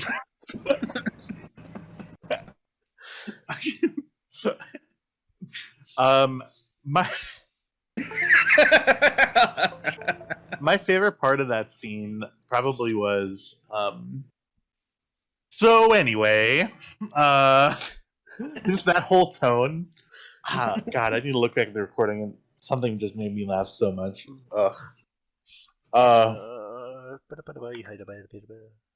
Anyways, now this is where I ask Dr. Hagen. We'll do a little bit of a time jump, unless anybody had anything else to do.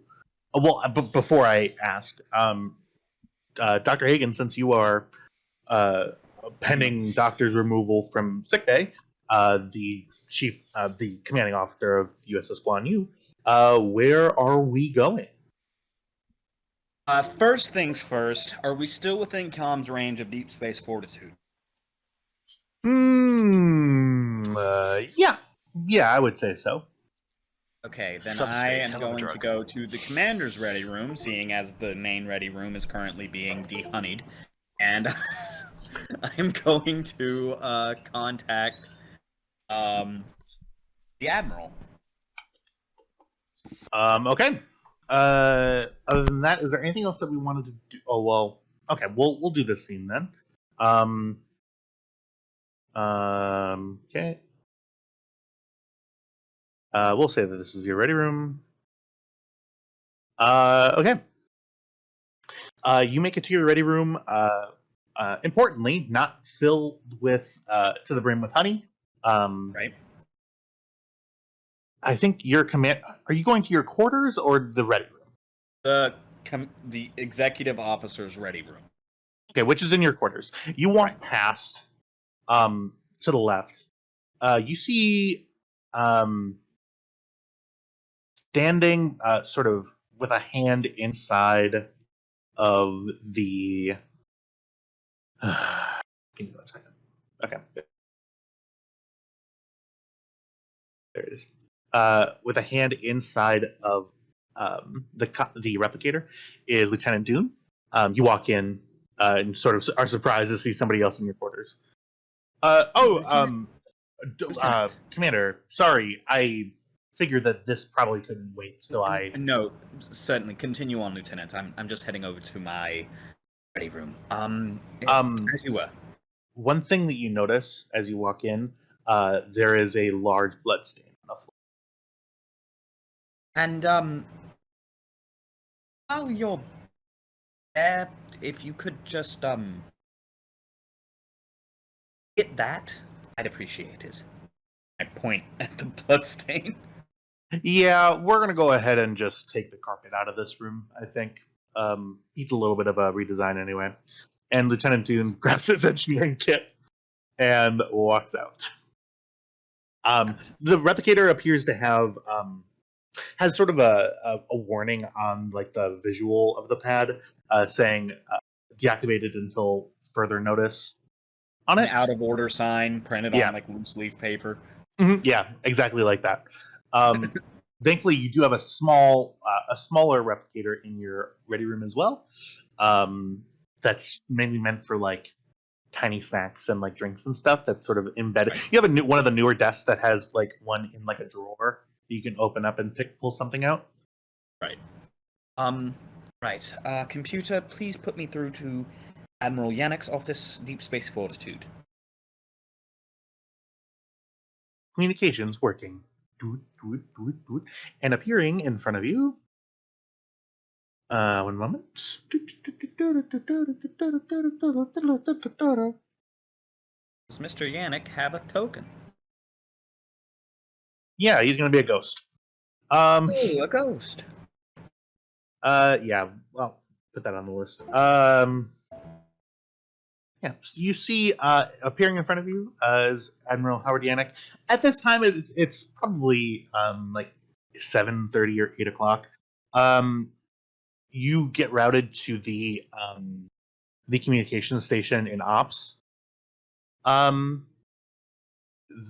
This is Deep Space Fortitude. Commander Hagen, what can we do Yes. for you? I need to be routed to Admiral Yannick's office. It appears that Admiral Yannick is in the middle of a urgent meeting. Is this an urgent matter that I should interrupt him for? I would say so, yes. Okay. Please hold, Commander. And a cyber version of the Girl of Ipanema comes on.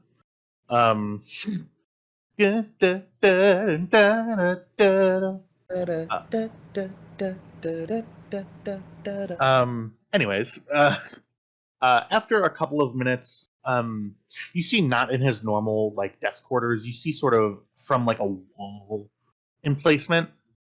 Mm-hmm. Yes, Commander Hagen. What is it? We have had a bit of a situation on board the Guan Yu, and I cast exposition. Cool. Specifically, what exactly do you put in your report? There appears to broad have been strokes. a small error that caused the creation of a sentient artificial intelligence that quite nearly took over the ship. However, the situation is resolved. Just wanted to make you aware of it. Commander Edwards is currently rendered medically unfit for duty. I am the current commanding officer of the Guan Yu for the foreseeable future, and I give him the lowdown of what all was damaged, the current status of the ship, and I just ask, should we continue with our mission or return to base? Yeah, this is going to be a presence command role. Slipping in the whole medically unfit thing, that's kind of a doozy. Go ahead. Roll fine here, had a slight weapons malfunction. Yeah, couldn't just not tell the principal that It's gonna be a high difficulty. Would doctor's orders fall here? Absolutely not. No, you're reporting to a superior. That's absolutely not a thing. you are informing them of the doctor's orders. Presence command difficulty 4.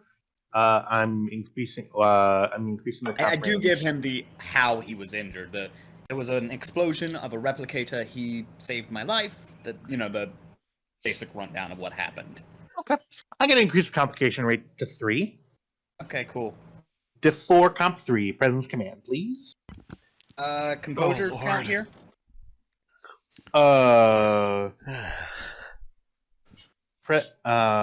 Composure. Give me your argument for how composure will help with this.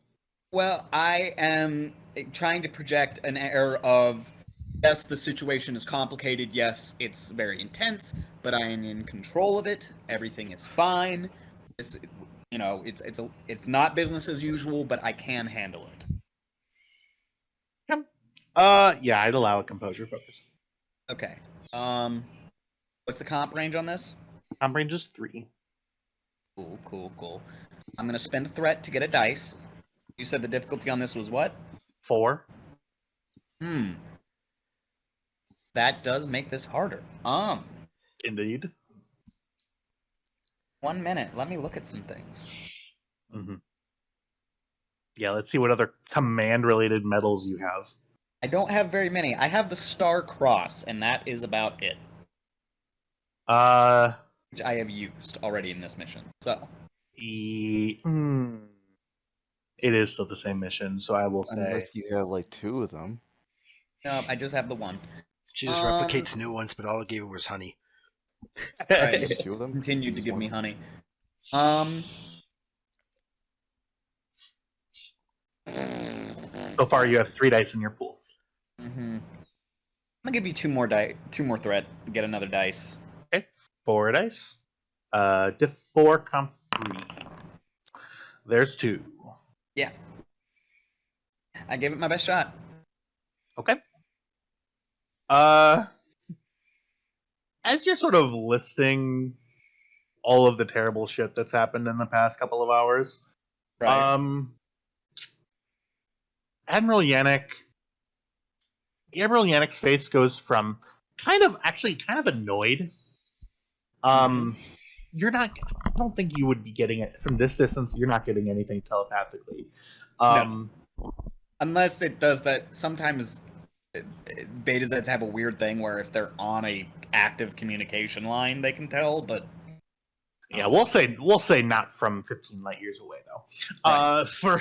For this, it goes from like genuinely annoyed because he was in the middle of a very important meeting and got interrupted by the first officer of the ship that he sent on a routine science mission. He goes from that to shock, disbelief, and just like kind of like bridge of the nose, like touching. Oh, the way I've had my head for the last 3 sessions. Got it. right. God. Okay. Here's what I want you to do. Yes. If you're competent and are able to do this, please do the very simple action of coming back and pending any distress signals or anything like that, just come back. You said that Cmdr Edwards is currently medically unfit, was the language that you used? As of current, yes. Okay. Yeah. Yeah, come back. I'll go ahead and divert a vessel from Narendra to assist with the star. Yeah, alright. I can see, yeah. Okay. Yeah, come back.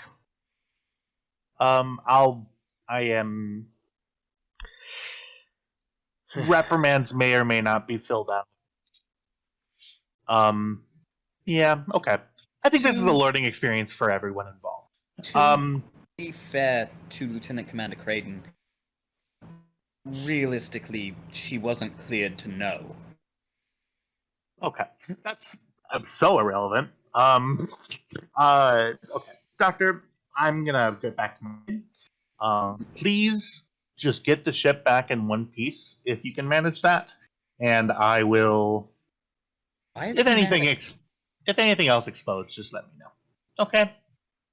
Admiral Yannick out. Doot, and he hangs up. Why was he mad at me? I didn't do anything wrong. Amen, sister. That's just how admirals are. Am I wrong here? What did I do that was not the correct thing to do at any point? So, from a military standpoint, you do not provide problems without a solution. The solution, the problem is resolved. I know. I solved it. I'm just telling him that the problem existed. Yeah. Problem is, we should have done that on the way back with the star. Anyway. I think it would have been worse had I not told him. Oh yeah, But- there was no winning.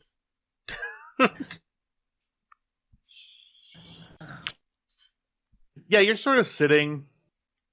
You hear a doot at your door. One moment, and I get up and I walk over to the door and I open it. Be careful, Hayden. you- The last time that door rang, someone died. It's Tristan, I think, is Kestra's name. Yes. Yeah. What did I say? You said Aiden. I meant to say Hagen. Oh, okay. Yeah. That's weird. You see Lieutenant Dune opens the door and says, is now a good time to keep working on the replicator? I have some guys from admin here to take the carpet. Oh, right ahead. I need to head to the bridge. Commander, are you okay? That remains to be seen, Lieutenant. Thank you. And I Well- pat his shoulder as I head out. In the black ether that is the hallway. Right. This is just going to be such a fun day for you. This You has see? truly been one of the worst days of Hagen's life. It's been one of the worst days of Hagen's life so far. Mhm. You see Sarah Mitchell was walking by your room. Oh, I think just to put it out there, this is the first time that Sarah has seen Kestra anything but absolutely composed. Kestra looks not haggard, but like definitely affected at this point. looks like you just got a dressing down from an app. Which I don't Um, think you've gotten one before. Never once have Oh. you ever been spoken to anywhere near like that. The doctors would always be like, "You're amazing, you're great, you're amazing, you're great." Starfleet Medical is like, "You're amazing, you're great, you're amazing, you're great." Admiral Yannick, just get the ship back in one piece and please don't break anything. And this Is- time it wasn't even my fault. Mhm. Welcome to command, kid. There, Enjoying the vacation. he's still laying down in that bed with a perfectly working eye. Lieutenant Mitchell goes, Commander, are you okay? Yes, Um, And the mask kind of falls away for a second, and she brings her hand up to her eyes, and she rubs her eyes for a minute. do you, telepathically, you're sort of distracted. You're not really focused on this. You're sort of listening around the ship, sort of checking in with sickbay, getting the feelings from there. You feel a lot of just like frustration. From the bridge, you feel a sense of order coming back. From engineering, you feel anxiety and rushing and trying to get everything back in order. So the next thing that happens is a complete surprise. Sarah Mitchell touches your shoulder and brings you in for a very tight hug. She freezes for a second, like at the shock of, "Oh, someone's touching me," and then she's like, "Okay," and she relaxes and returns the hug and kind of just leans her head. How tall is Miss Mitchell? She's slightly taller than you, 5'6". Okay, then at this point, the head kind of goes on the collarbone and just. Oh, it's been a day. It's been a very bad day, Sarah. She gives you just the lightest kiss on the forehead. Thank you. It's okay. Bad days are sort of common these days, but I get it looking past the the discussion we had. I'm just glad that I can be here for you. I did want to speak with you about that, Sarah, because I correct me if I'm wrong, and I kind of pull her to the side at this point, just kind of so we're not in the middle of the hallway. Yeah, you see, there is an engineering crewman working on a replicator out here, and he sort of gets the vibe that's happening. And whatever extra got staffed for that day stands up and just sort of moves it with his engineering equipment down the hall.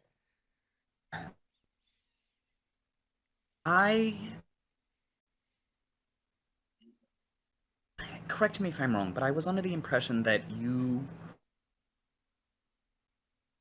I'm trying to figure out how to word this. I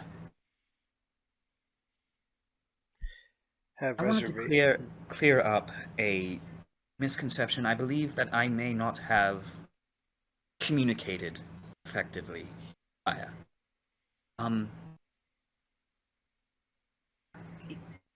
I've moved up through the ranks quickly, and I have done all the things that I have done. But how much do you know about how Beta Zeds get their telepathic abilities? Just what they teach in primary school. Generally, they manifest at puberty, correct? Yes. I mean, you would know better than I would. Generally, that is the case. I was born with mine, fully active. I matured faster because I could hear the thoughts of the adults around me as an infant. I had to work harder, by myself more, and do more than any of my peers in order to achieve half the success.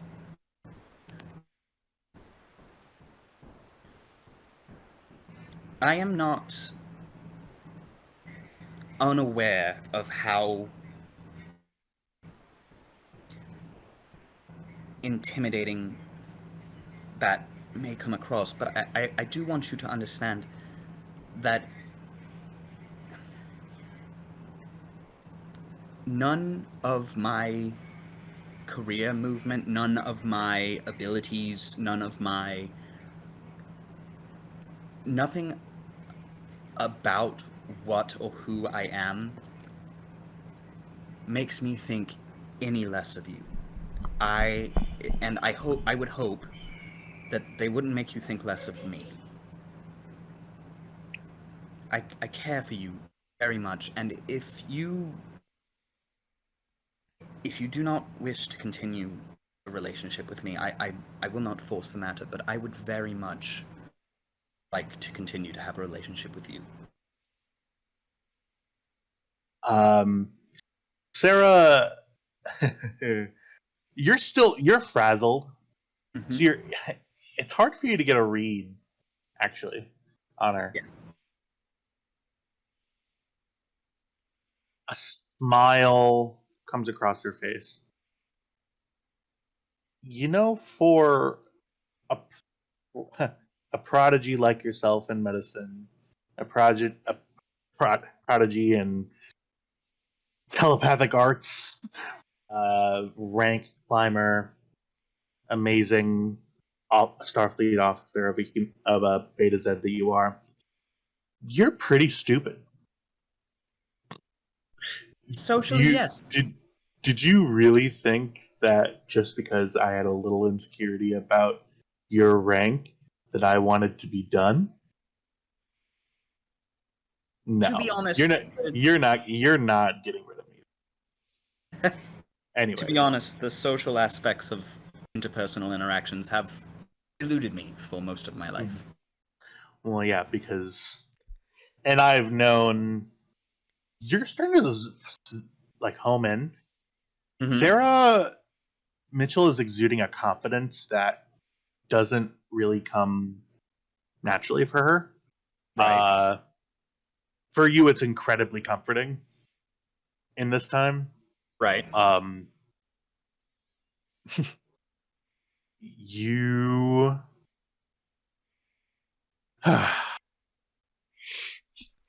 that brain of yours is going to get you into trouble one day. You need to learn to shut off, use your words, and if you can do that, I can get over the fact that you'll outrun me. How does that sound? Sounds like a plan, Sarah. She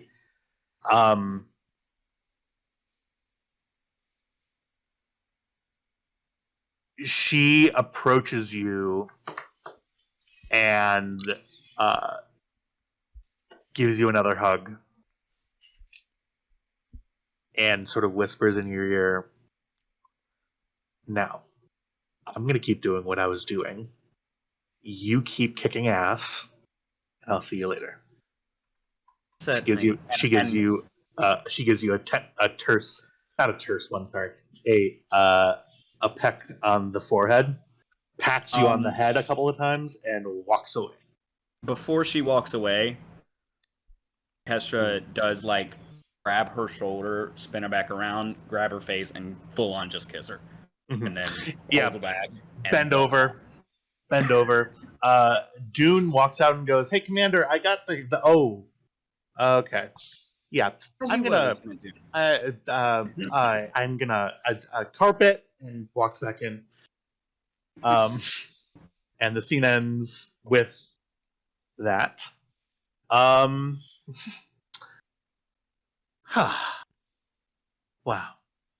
Anyways, we are back to normal operations after about in the interim week between where we are now and when we get back.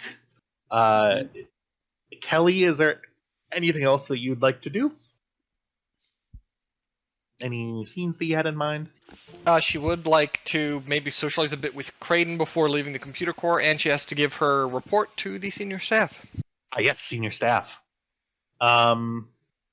Meeting room. Boop. Damn it, I just fixed that fucking scene on the other recording.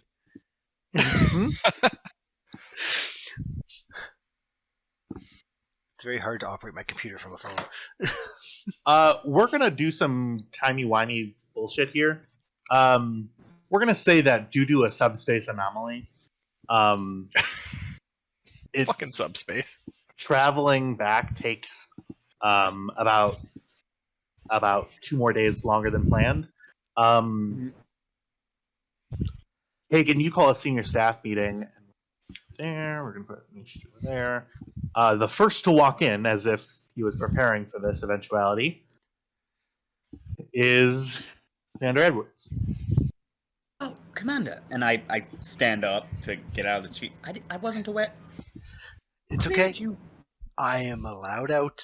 Both Saral and the EMH said we're good to go. The report should be arriving right about now. Check my pad. You see on your pad, Saral goes, because Cmdr Edwards continued to ask, "Can I leave? Can I leave? Can I leave? Can I leave?"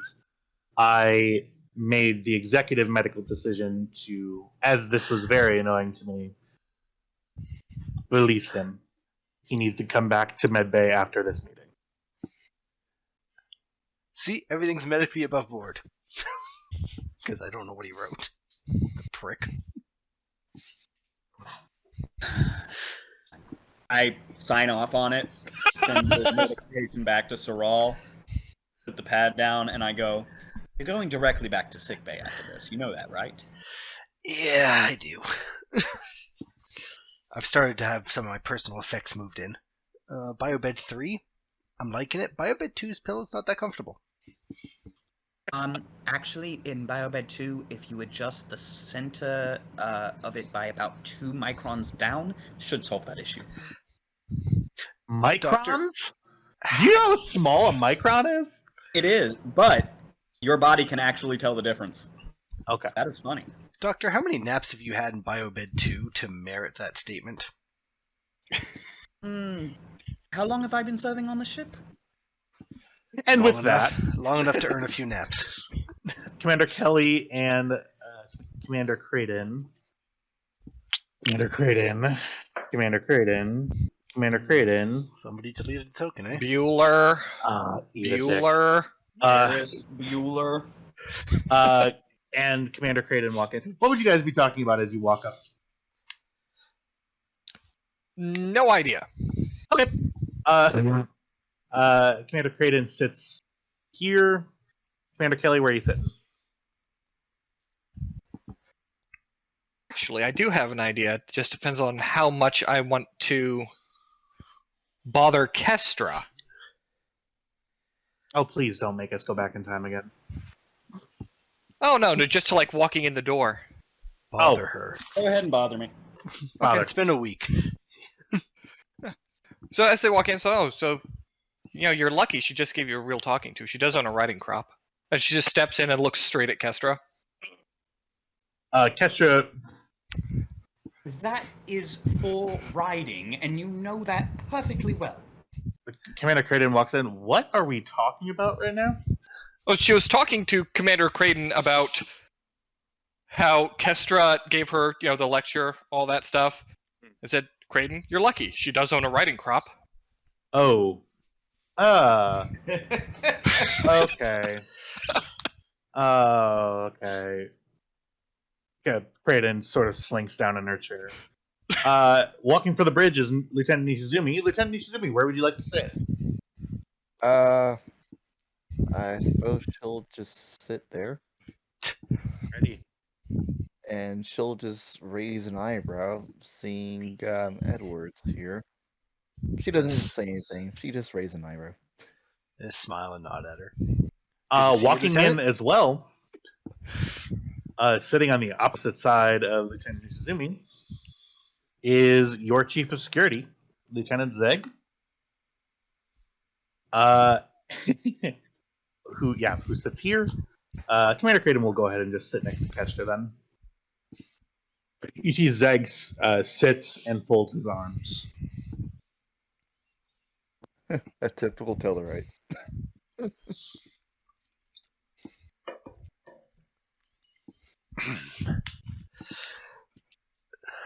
Well, it's good to see you all again. It's been a while. Nice eye. Thank you. I love the brown, don't you?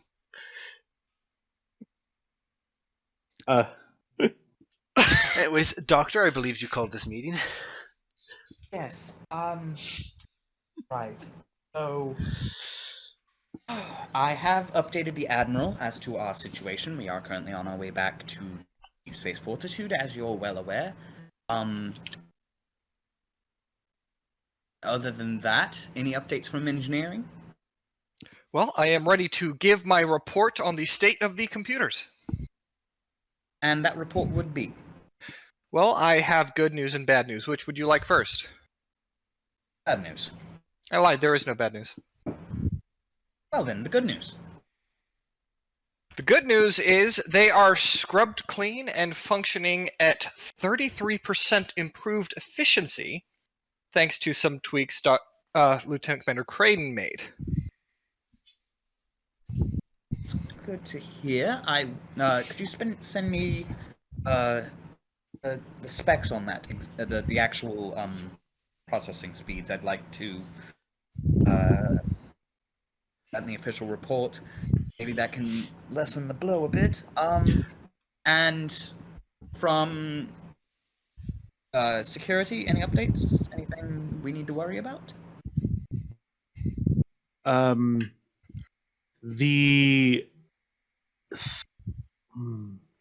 have no official announcements to make at this time, Commander.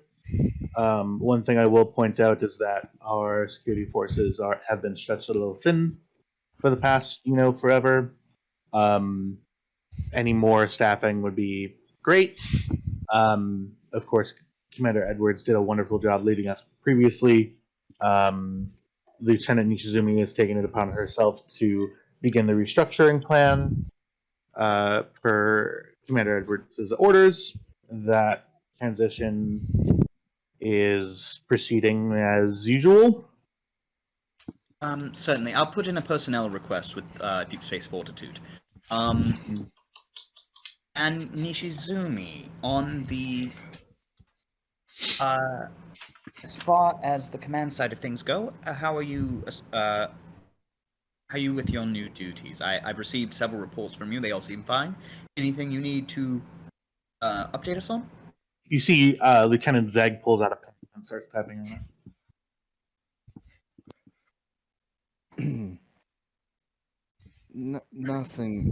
Nothing to report. Though, however, I will have to admit it was definitely my first time actually having any kind of command on a ship. So Well, I do hope I did well. I believe you performed admirably, as far as I'm aware. Right then, Commander Edwards, anything that you need to know? Yeah. Doctor, Yes? good job on your maiden voyage in the big chair. Went according to plan. And by that, I mean the plan went out the airlock the moment we left DS Fortitude. Right. Speaking of Lieutenant- which, I was hoping that you might be able to, assist me with Admiral Yannick when the time comes. Yeah. Dressed you down, didn't he? I believe the words he used were, if you can get the ship back to space dock without it exploding, it would be appreciated. Oh, that's nicer than I usually get, so... Hey, he's taking a shine to you. Lieutenant Commander Creighton, Yes, Commander. welcome to the frontier. You accidentally created your first sentient life. Yeah, not the reaction that I thought that I'd get from you, Commander, but, I'll take it. If it's any consolation, I hold no ill will to you trying to blow me up. You're not even the first Oh, in this room. Commander Rude. Creighton has some really nice blue skin. It turns the combination between... You see a purple blush starts to sort of eke its way across her face. Yes, Commander, I'll take that under advisement. One thing that I did also want to report, Commander, I'm not sure if you've been to your ready... You know what? I'll let you figure it out. You'll probably... I've been informed about the honey. Thank you. It does smell nice. A lot of things this week have been my fault. I am not going to take the blame for that. That's fair. Two things. Lieutenant Commander Kelly, transport my entire ready room into space. Don't actually do that, for the love of God. Number two, what upgrades are you talking about that Lieutenant Commander Creighton made? Would you like to know the technical specifics, sir? These were intentional upgrades. Good job, Lieutenant Commander Creighton. Okay. Yeah, I'll take that.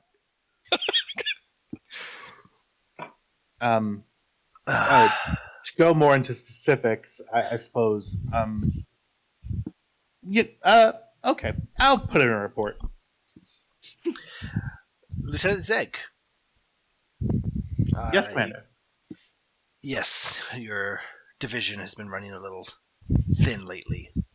We are definitely going to be putting in a requisition for more troops. I would like a full report on your department before we hit DS Fortitude. Is that correct? Can you handle that? Certainly. With a lot of Lieutenant... emphasis on the word "your." Mm-hmm. Certainly. Should I run that report by Lieutenant Nishizumi first? No, that'll be fine. Alrighty. Goes back to typing back on his pen pad. Just that Edwards is really the only one who notices it, but a small smile, a small, tiny little smirk. Goes back to Lieutenant typing. Ishizumi. Between the explosions, the sentient AI, the emergency surgery for not one but 2 officers, you've spent an awful lot of time in the chair. Yes. Well, And that I did. good job. I haven't actually heard many negative things about it, so I'm looking forward to putting you in charge of more things in the future. Thank you, Commander.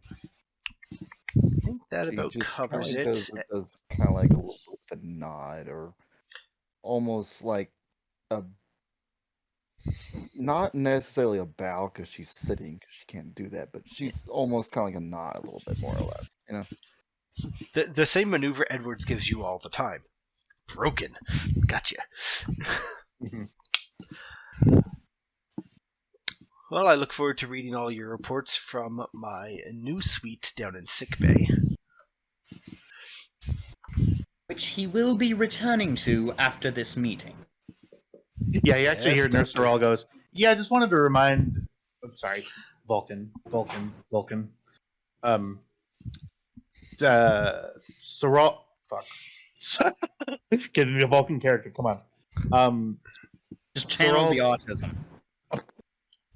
Oh my god. Drop You- 3 octaves you're- and do not enunciate.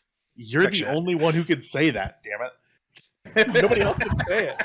We can say it, it's just not as... Yes!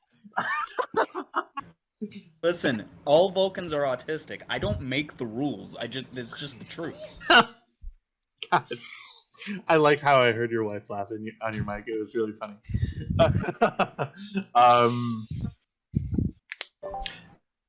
Nurse Sorrel to Commander Hagen. Go ahead, Sorrel. I don't know if you want to send Edwards back down, but he does still have a moderate to severe concussion.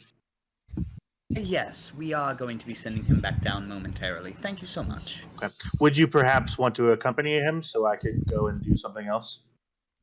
Certainly, Sorrel. Okay. Thank you. You're welcome. And I end the communication and I look at Edwards.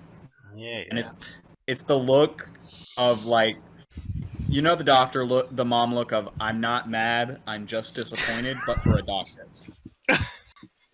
Yeah. Okay, everyone get me your reports within the next 24 hours. How far? We're 2 days away from DS4, dude, correct? Ishizumi?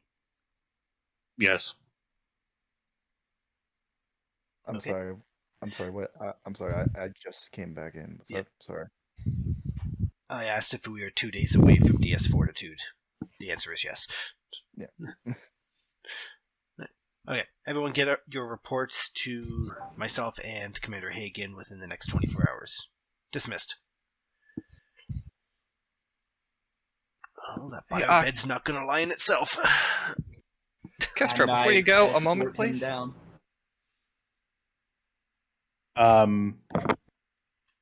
Kesha, you hear Kelly ask you to stay for a moment. Certainly. Edwards, please don't leave the bridge without me. I'll be in my chair. As I walk out before she can say anything. Yes, Kelly? She hang kind on of one leans in a me. moment while everyone is not there. Well, everyone's leaving, rather. Okay.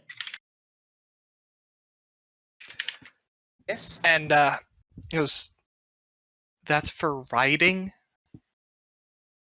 Horses. Kestra, I could have run with that subtext for miles. Oh, you...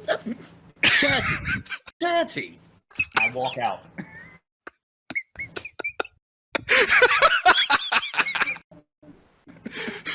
When it's cool. That's really great writing when text just becomes normal dialogue. When they just say it out loud. That's my favorite style of writing. It's called Marvel. I'm really sad right now. No, My wife no says shit. your laugh sounds like the Kim Possible ringtone.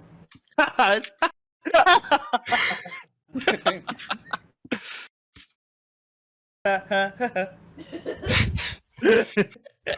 than the Mandark laugh. Yeah. Jack, you had one more thing you wanted to do? Yeah, if this is where we're ending for the night. Other than Jack seeing that he would like to run, is there anything else anybody would like to do? We're probably going to be ending here in a little bit.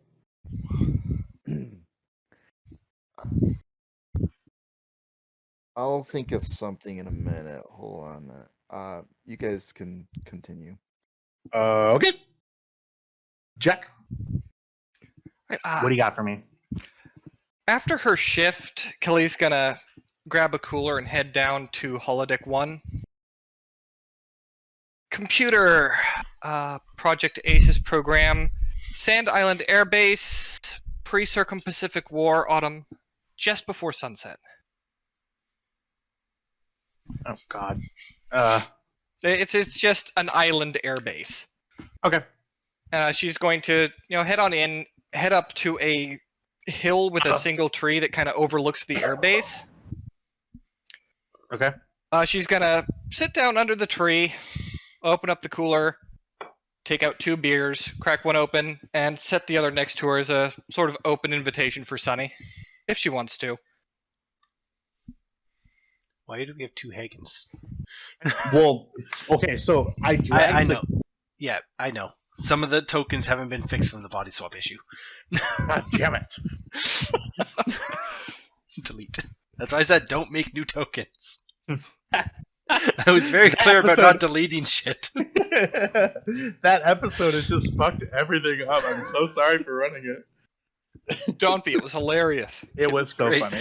And it keeps popping its head up when I find tokens I haven't fixed yet. Like Lieutenant Commander Kelly Hagen. Sorry, Kelly. What was the scene that you want? I just need to create a mental picture. What? You're on a beach? Sorry. She is sitting on a hill overlooking the airbase just before sundown. She's got a cooler with a couple beers in it. She's popped one open, and she has set another beer next to her as a silent open invitation to Sunny. The air sort of is warm on your face as you sit down. There's a nice breeze. It's getting later in the day, so it's sort of, you still feel the heat of the sun, but the wind is a little bit more chilly. You feel the smell of distant airplanes. You sit for a decent while. You sit for like 15 or 16 minutes. Sunny doesn't make an appearance, but appearing standing with arms folded is a figure, as I described before, who you haven't seen, but you are able to guess that it's Eclibius. You see his sort of broad-shouldered, slender body, arms folded, looking out over the hill, over the airbase. His sort of dark skin sort of set against the pinks and purples of the sky. You're not who I was expecting. Well, I saw this program was opening and nothing was happening, so I figured it was an error. If I'm It's just nice quiet interrupting, place to sit. I can leave if I. Do you want a beer? Sorry, a what? It's a drink, mildly alcoholic. Okay.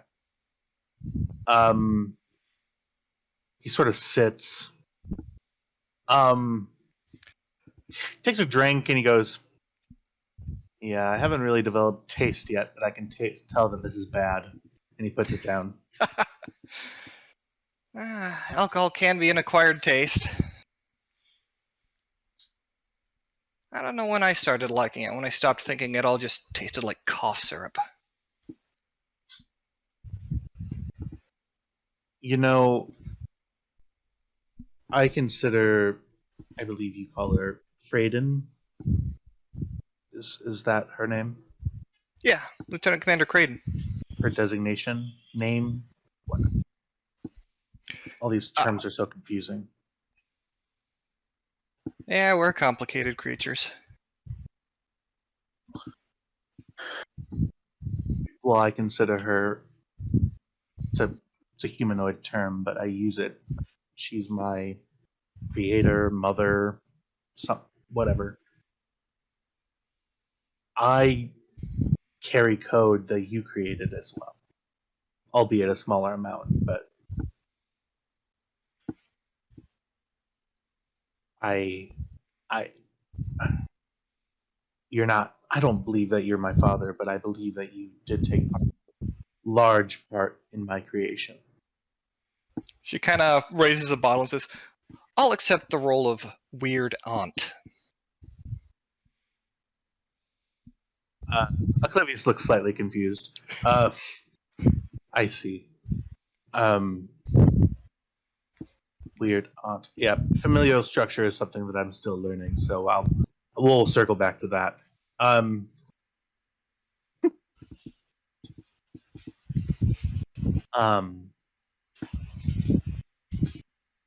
Do you know why I was created? Well, if I'm understanding her intent correctly, and most people, I should caution you about asking questions you might not like the answer to. What? Why would I not like the answer to such a simple question as to the purpose of my creation? Well, a lot of sapient beings tend to prefer to find their own reason, and those that think they have found their reason are either incredibly satisfied or grossly dissatisfied with the said reason. And sometimes it can have a profoundly negative psychological impact. What is your purpose? Well, that's the thing about us is we typically don't know. We just sort of live, and the universe doesn't give us a set of instructions, really. So we just sort of have to find our own purpose. Some people just drift from one thing to the other, whatever catches their fancy. I like building things. Building things and helping people. It's one of the reasons why I joined Starfleet. They've got some of the best tech out there, some of the best stuff I can play around with, and 9/10 of what they do is they go around helping people. Helping people. Yeah. This can be a purpose. Some people find it an incredibly fulfilling one. You see that the scene actually changes without you asking. You see the scene sort of, the simulation kind of goes into like a standby period. You're still able to sit in your chair, but sort of the ambient light changes because of the trees stop. Sort of it freezes, but not really. You still feel like you're inside of it. The scene then sort of morphs into sort of a cool, brightly lit room with seems like to be some sort of greenhouse. There are plants sort of lining the walls. Got an interest in botany? Botany is the study of plant life. A study and care of plant life, yeah.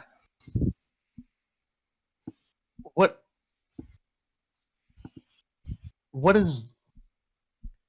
You talk about sentience. Sapiens. These plants, they have life. Some of them, and you see materializing in front of Oclavius is a one of those pot plants. Not marijuana. The god damn it. The carnivorous ones. that sort of is like I can't really describe it. Flytrap?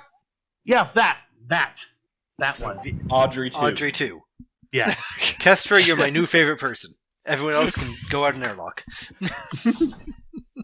You see a Venus flytrap. That's literally what I was just trying to figure out. In front of him, and he sort of uses a finger to touch it, touch like the mouth, and it sort of closes.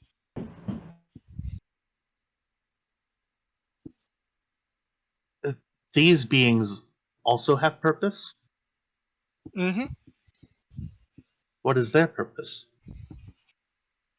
You see the simulation populates itself with like a nurse like a plant nursery staff. You see some Starfleet uniforms pop up, like in the blue sciences, and some of them are like medical.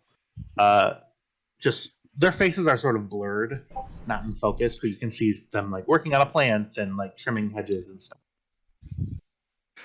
Well, at its most basic and primitive, you could say the goal of all life is to propagate its species.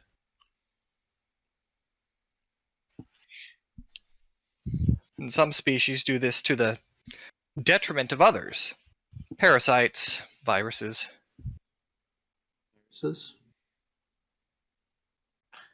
When you created the building blocks for the technology that my original creator put in the systems of this ship, what was your intention with them? You mean Hierophant? You named them? Yeah, after tarot cards. You see, he pulls out a notebook and starts writing in it. The ants, family, tarot.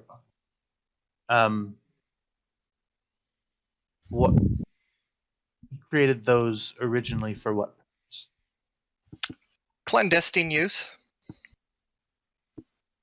To harm others? Not directly. A lot of what I guess you could call spy stuff is more preemptive. Using knowledge in such a way as to prevent future conflicts from occurring where diplomacy might not be able to.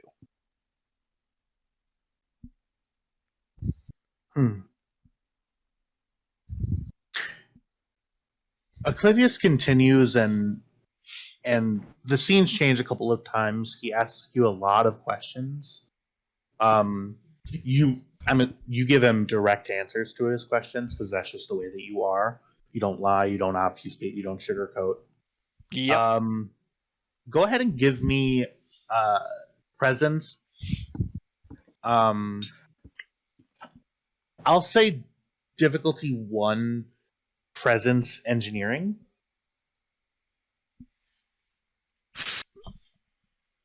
Okay. If you had an AI focus, I'd allow it. I'm not going to allow a computer. He's about to.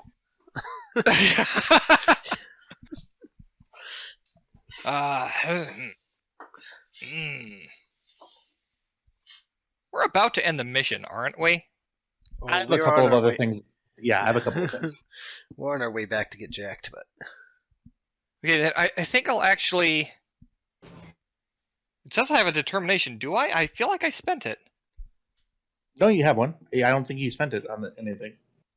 Okay, then. I don't remember you saying any of your values. I will go ahead and cite improvise, adapt, overcome, because if that doesn't sum up life, I don't know what fucking does. Yeah, I'll give that to you. Yeah.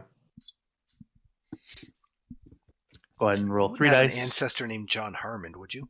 Well, it's 2 dice with using a determination check. And I'll go ahead and give you a threat for a dice. Okay. 3 dice plus determination. I think it's 2 dice plus determination. So, okay, so first one is automatically assumed to roll a crit, so I just get the other from the normal roll and the one I bought. Okay. So this should roll 3 dice despite the fact that I only have 2 selected. So 2 dice is standard. Yeah. You put it in 2, and then you check use determination. the last one in the section is always going to be a crit. So you just select 2 and then check use determination, and then the third dice will automatically come in. Okay. There you go. Oh, there we go. Damn. Thanks for coming to my TED Talk. You spend a better part of the night talking about the nature of life, sapience, consciousness. You just sort of phone in a night of sleep to talk to Oblivious. You feel that you've genuinely gotten to him. He relaxed as you sort of walk out for the night because you're beat. You've been working all day and just spent 4 hours talking to a computer. He goes, Saoirse. Yeah? Thank you. You're welcome. You see, for the first time ever, he gives you kind of a weird looking smirk, like the first emotive that he's used.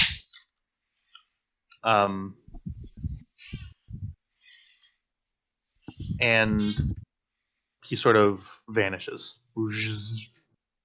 The program goes back to it. You see, waiting outside is people on the who just got off the night shift. Well, actually, no, who are in the middle. Who are in second shift who have been waiting for their holodeck time. Yeah, Commander. You see Dunes in line. Commander, have you been? How long were you in there? Computer time. 200 hours. A long time. Oh God. Sorry. Okay. Kind of got carried away having a conversation with what functionally amounts to a newborn sapient digital intelligence. Okay.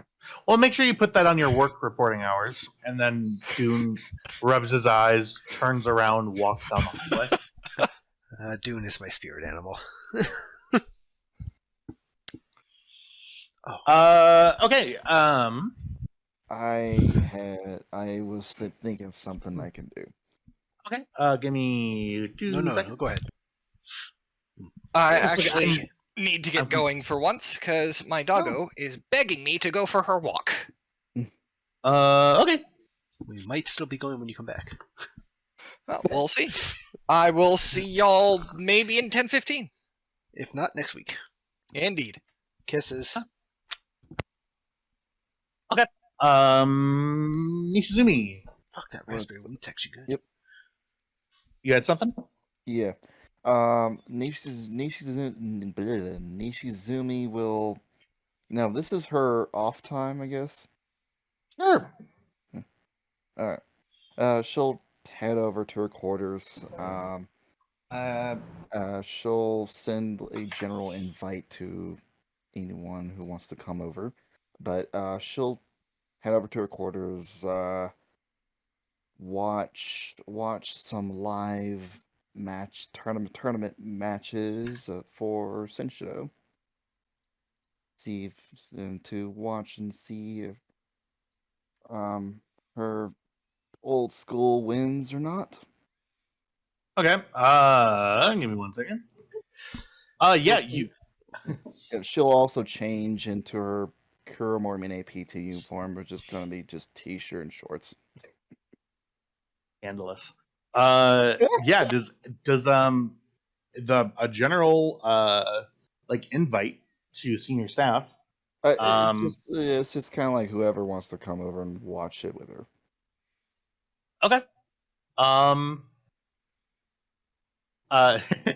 In sickbay, Dr. Hagen, are you still there? Sorry. Yes, I am here. Okay, cool. Hagen and Edwards, you both get an invite to Nishizumi's quarters. Apparently, there's a sporting event on in the Newsnet, and Nishizumi would like people to come over. Sporting event. If they want what to. kind? It's just Doesn't matter, Doctor. I request shore leave. I suppose. Uh, I'll head over. Okay. After a couple moments, both Hagen and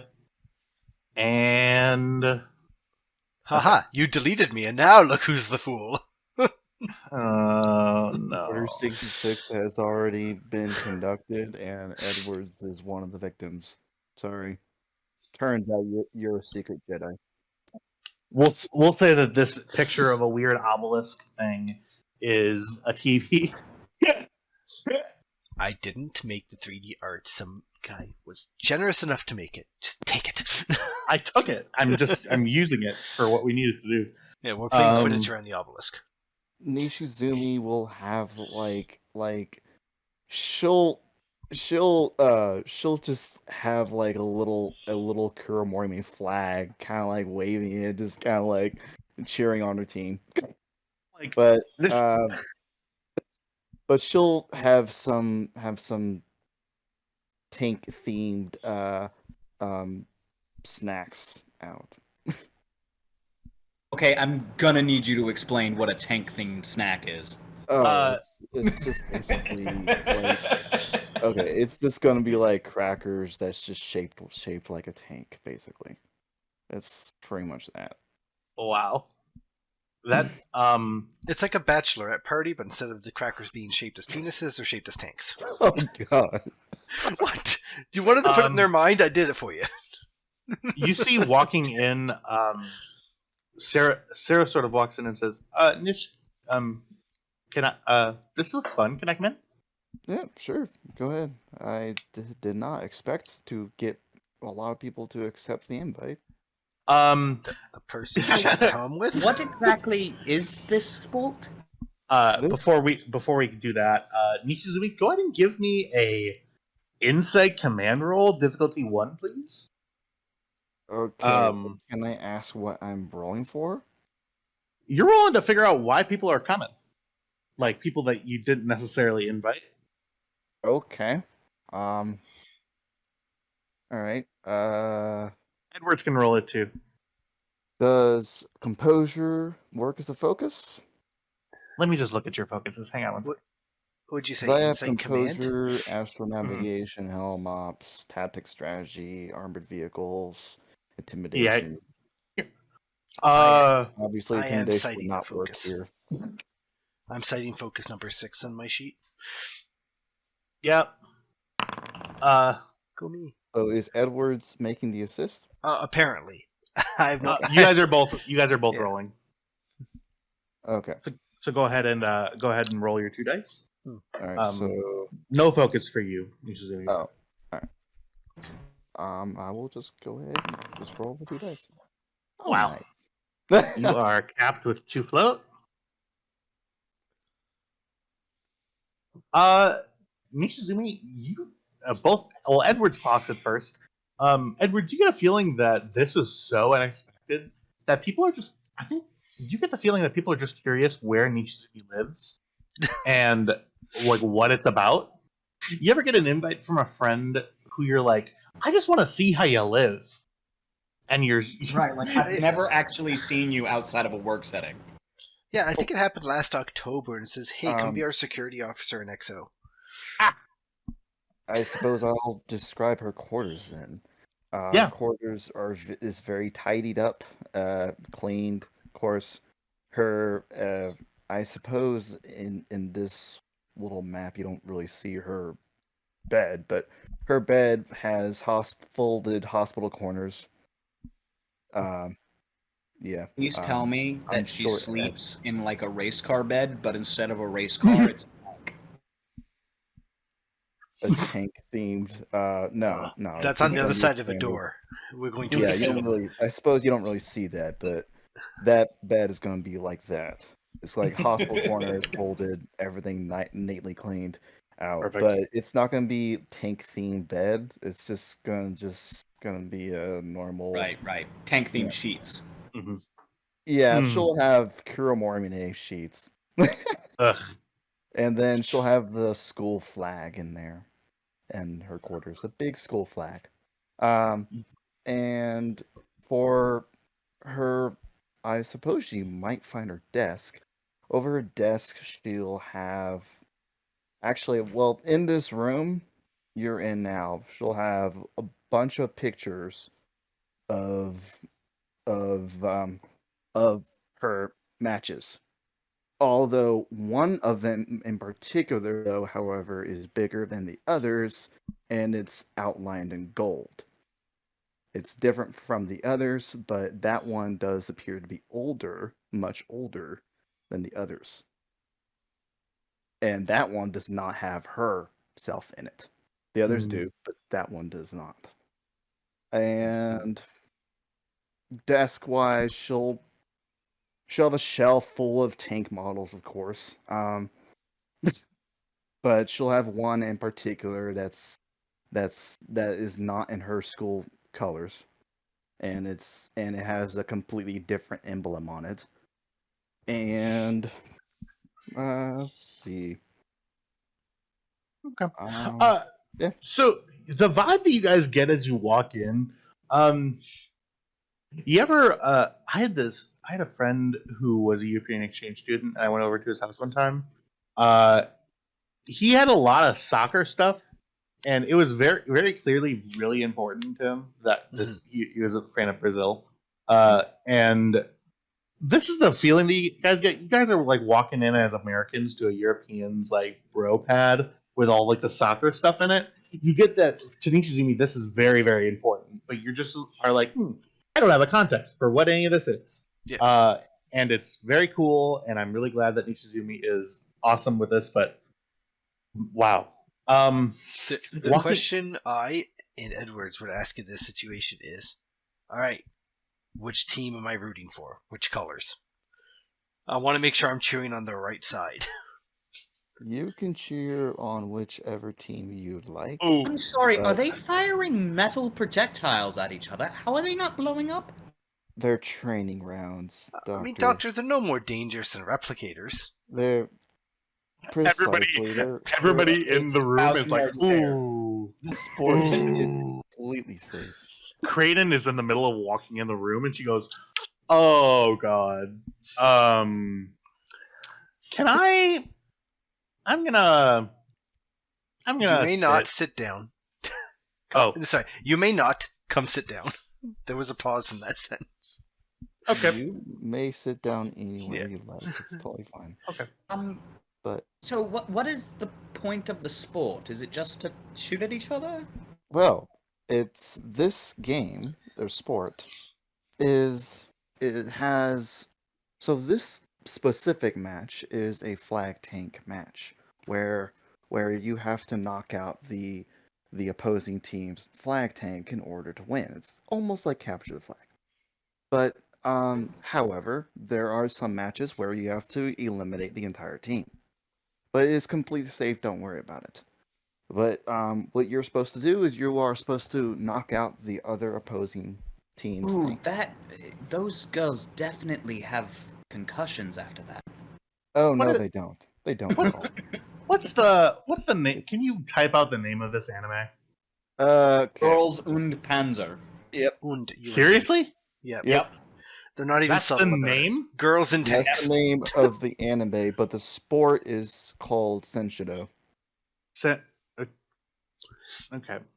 Which Senshido quite literally translates just to means the way of tank. the soldier in Japanese. Actually, the way of the tank. Enshi or Okay. Because it's very important, and I haven't really pucked up the courage to do it. Go ahead and give me a list of 5 episodes that you'd like me to watch of this, and I will skim through them. Nishizumi. Okay. I will not commit any further than that, considering the fact that Girls und Panzer does not sound very gay friendly. It's I'm glad you made the joke because I was going to. I mean, to be fairness, there isn't really any relationships in it. Yeah. head out at this point. But thank you guys for the game. What? Need to head It's out. not even your normal cutout time. What are you doing? I know. I've got to go come pick on. up a thing.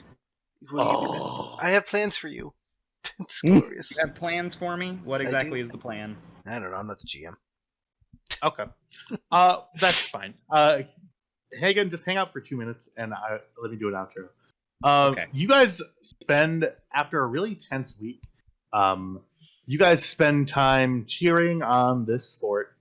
Nichizumi seems really into it, like a Manchester versus Arsenal game. You guys are like, Does look, that thing where like she knows her friend is very into the sport, so she's like cheering, but at the wrong time. She's of course cheering on her school, so yeah. We cheer a half second after Nishizumi.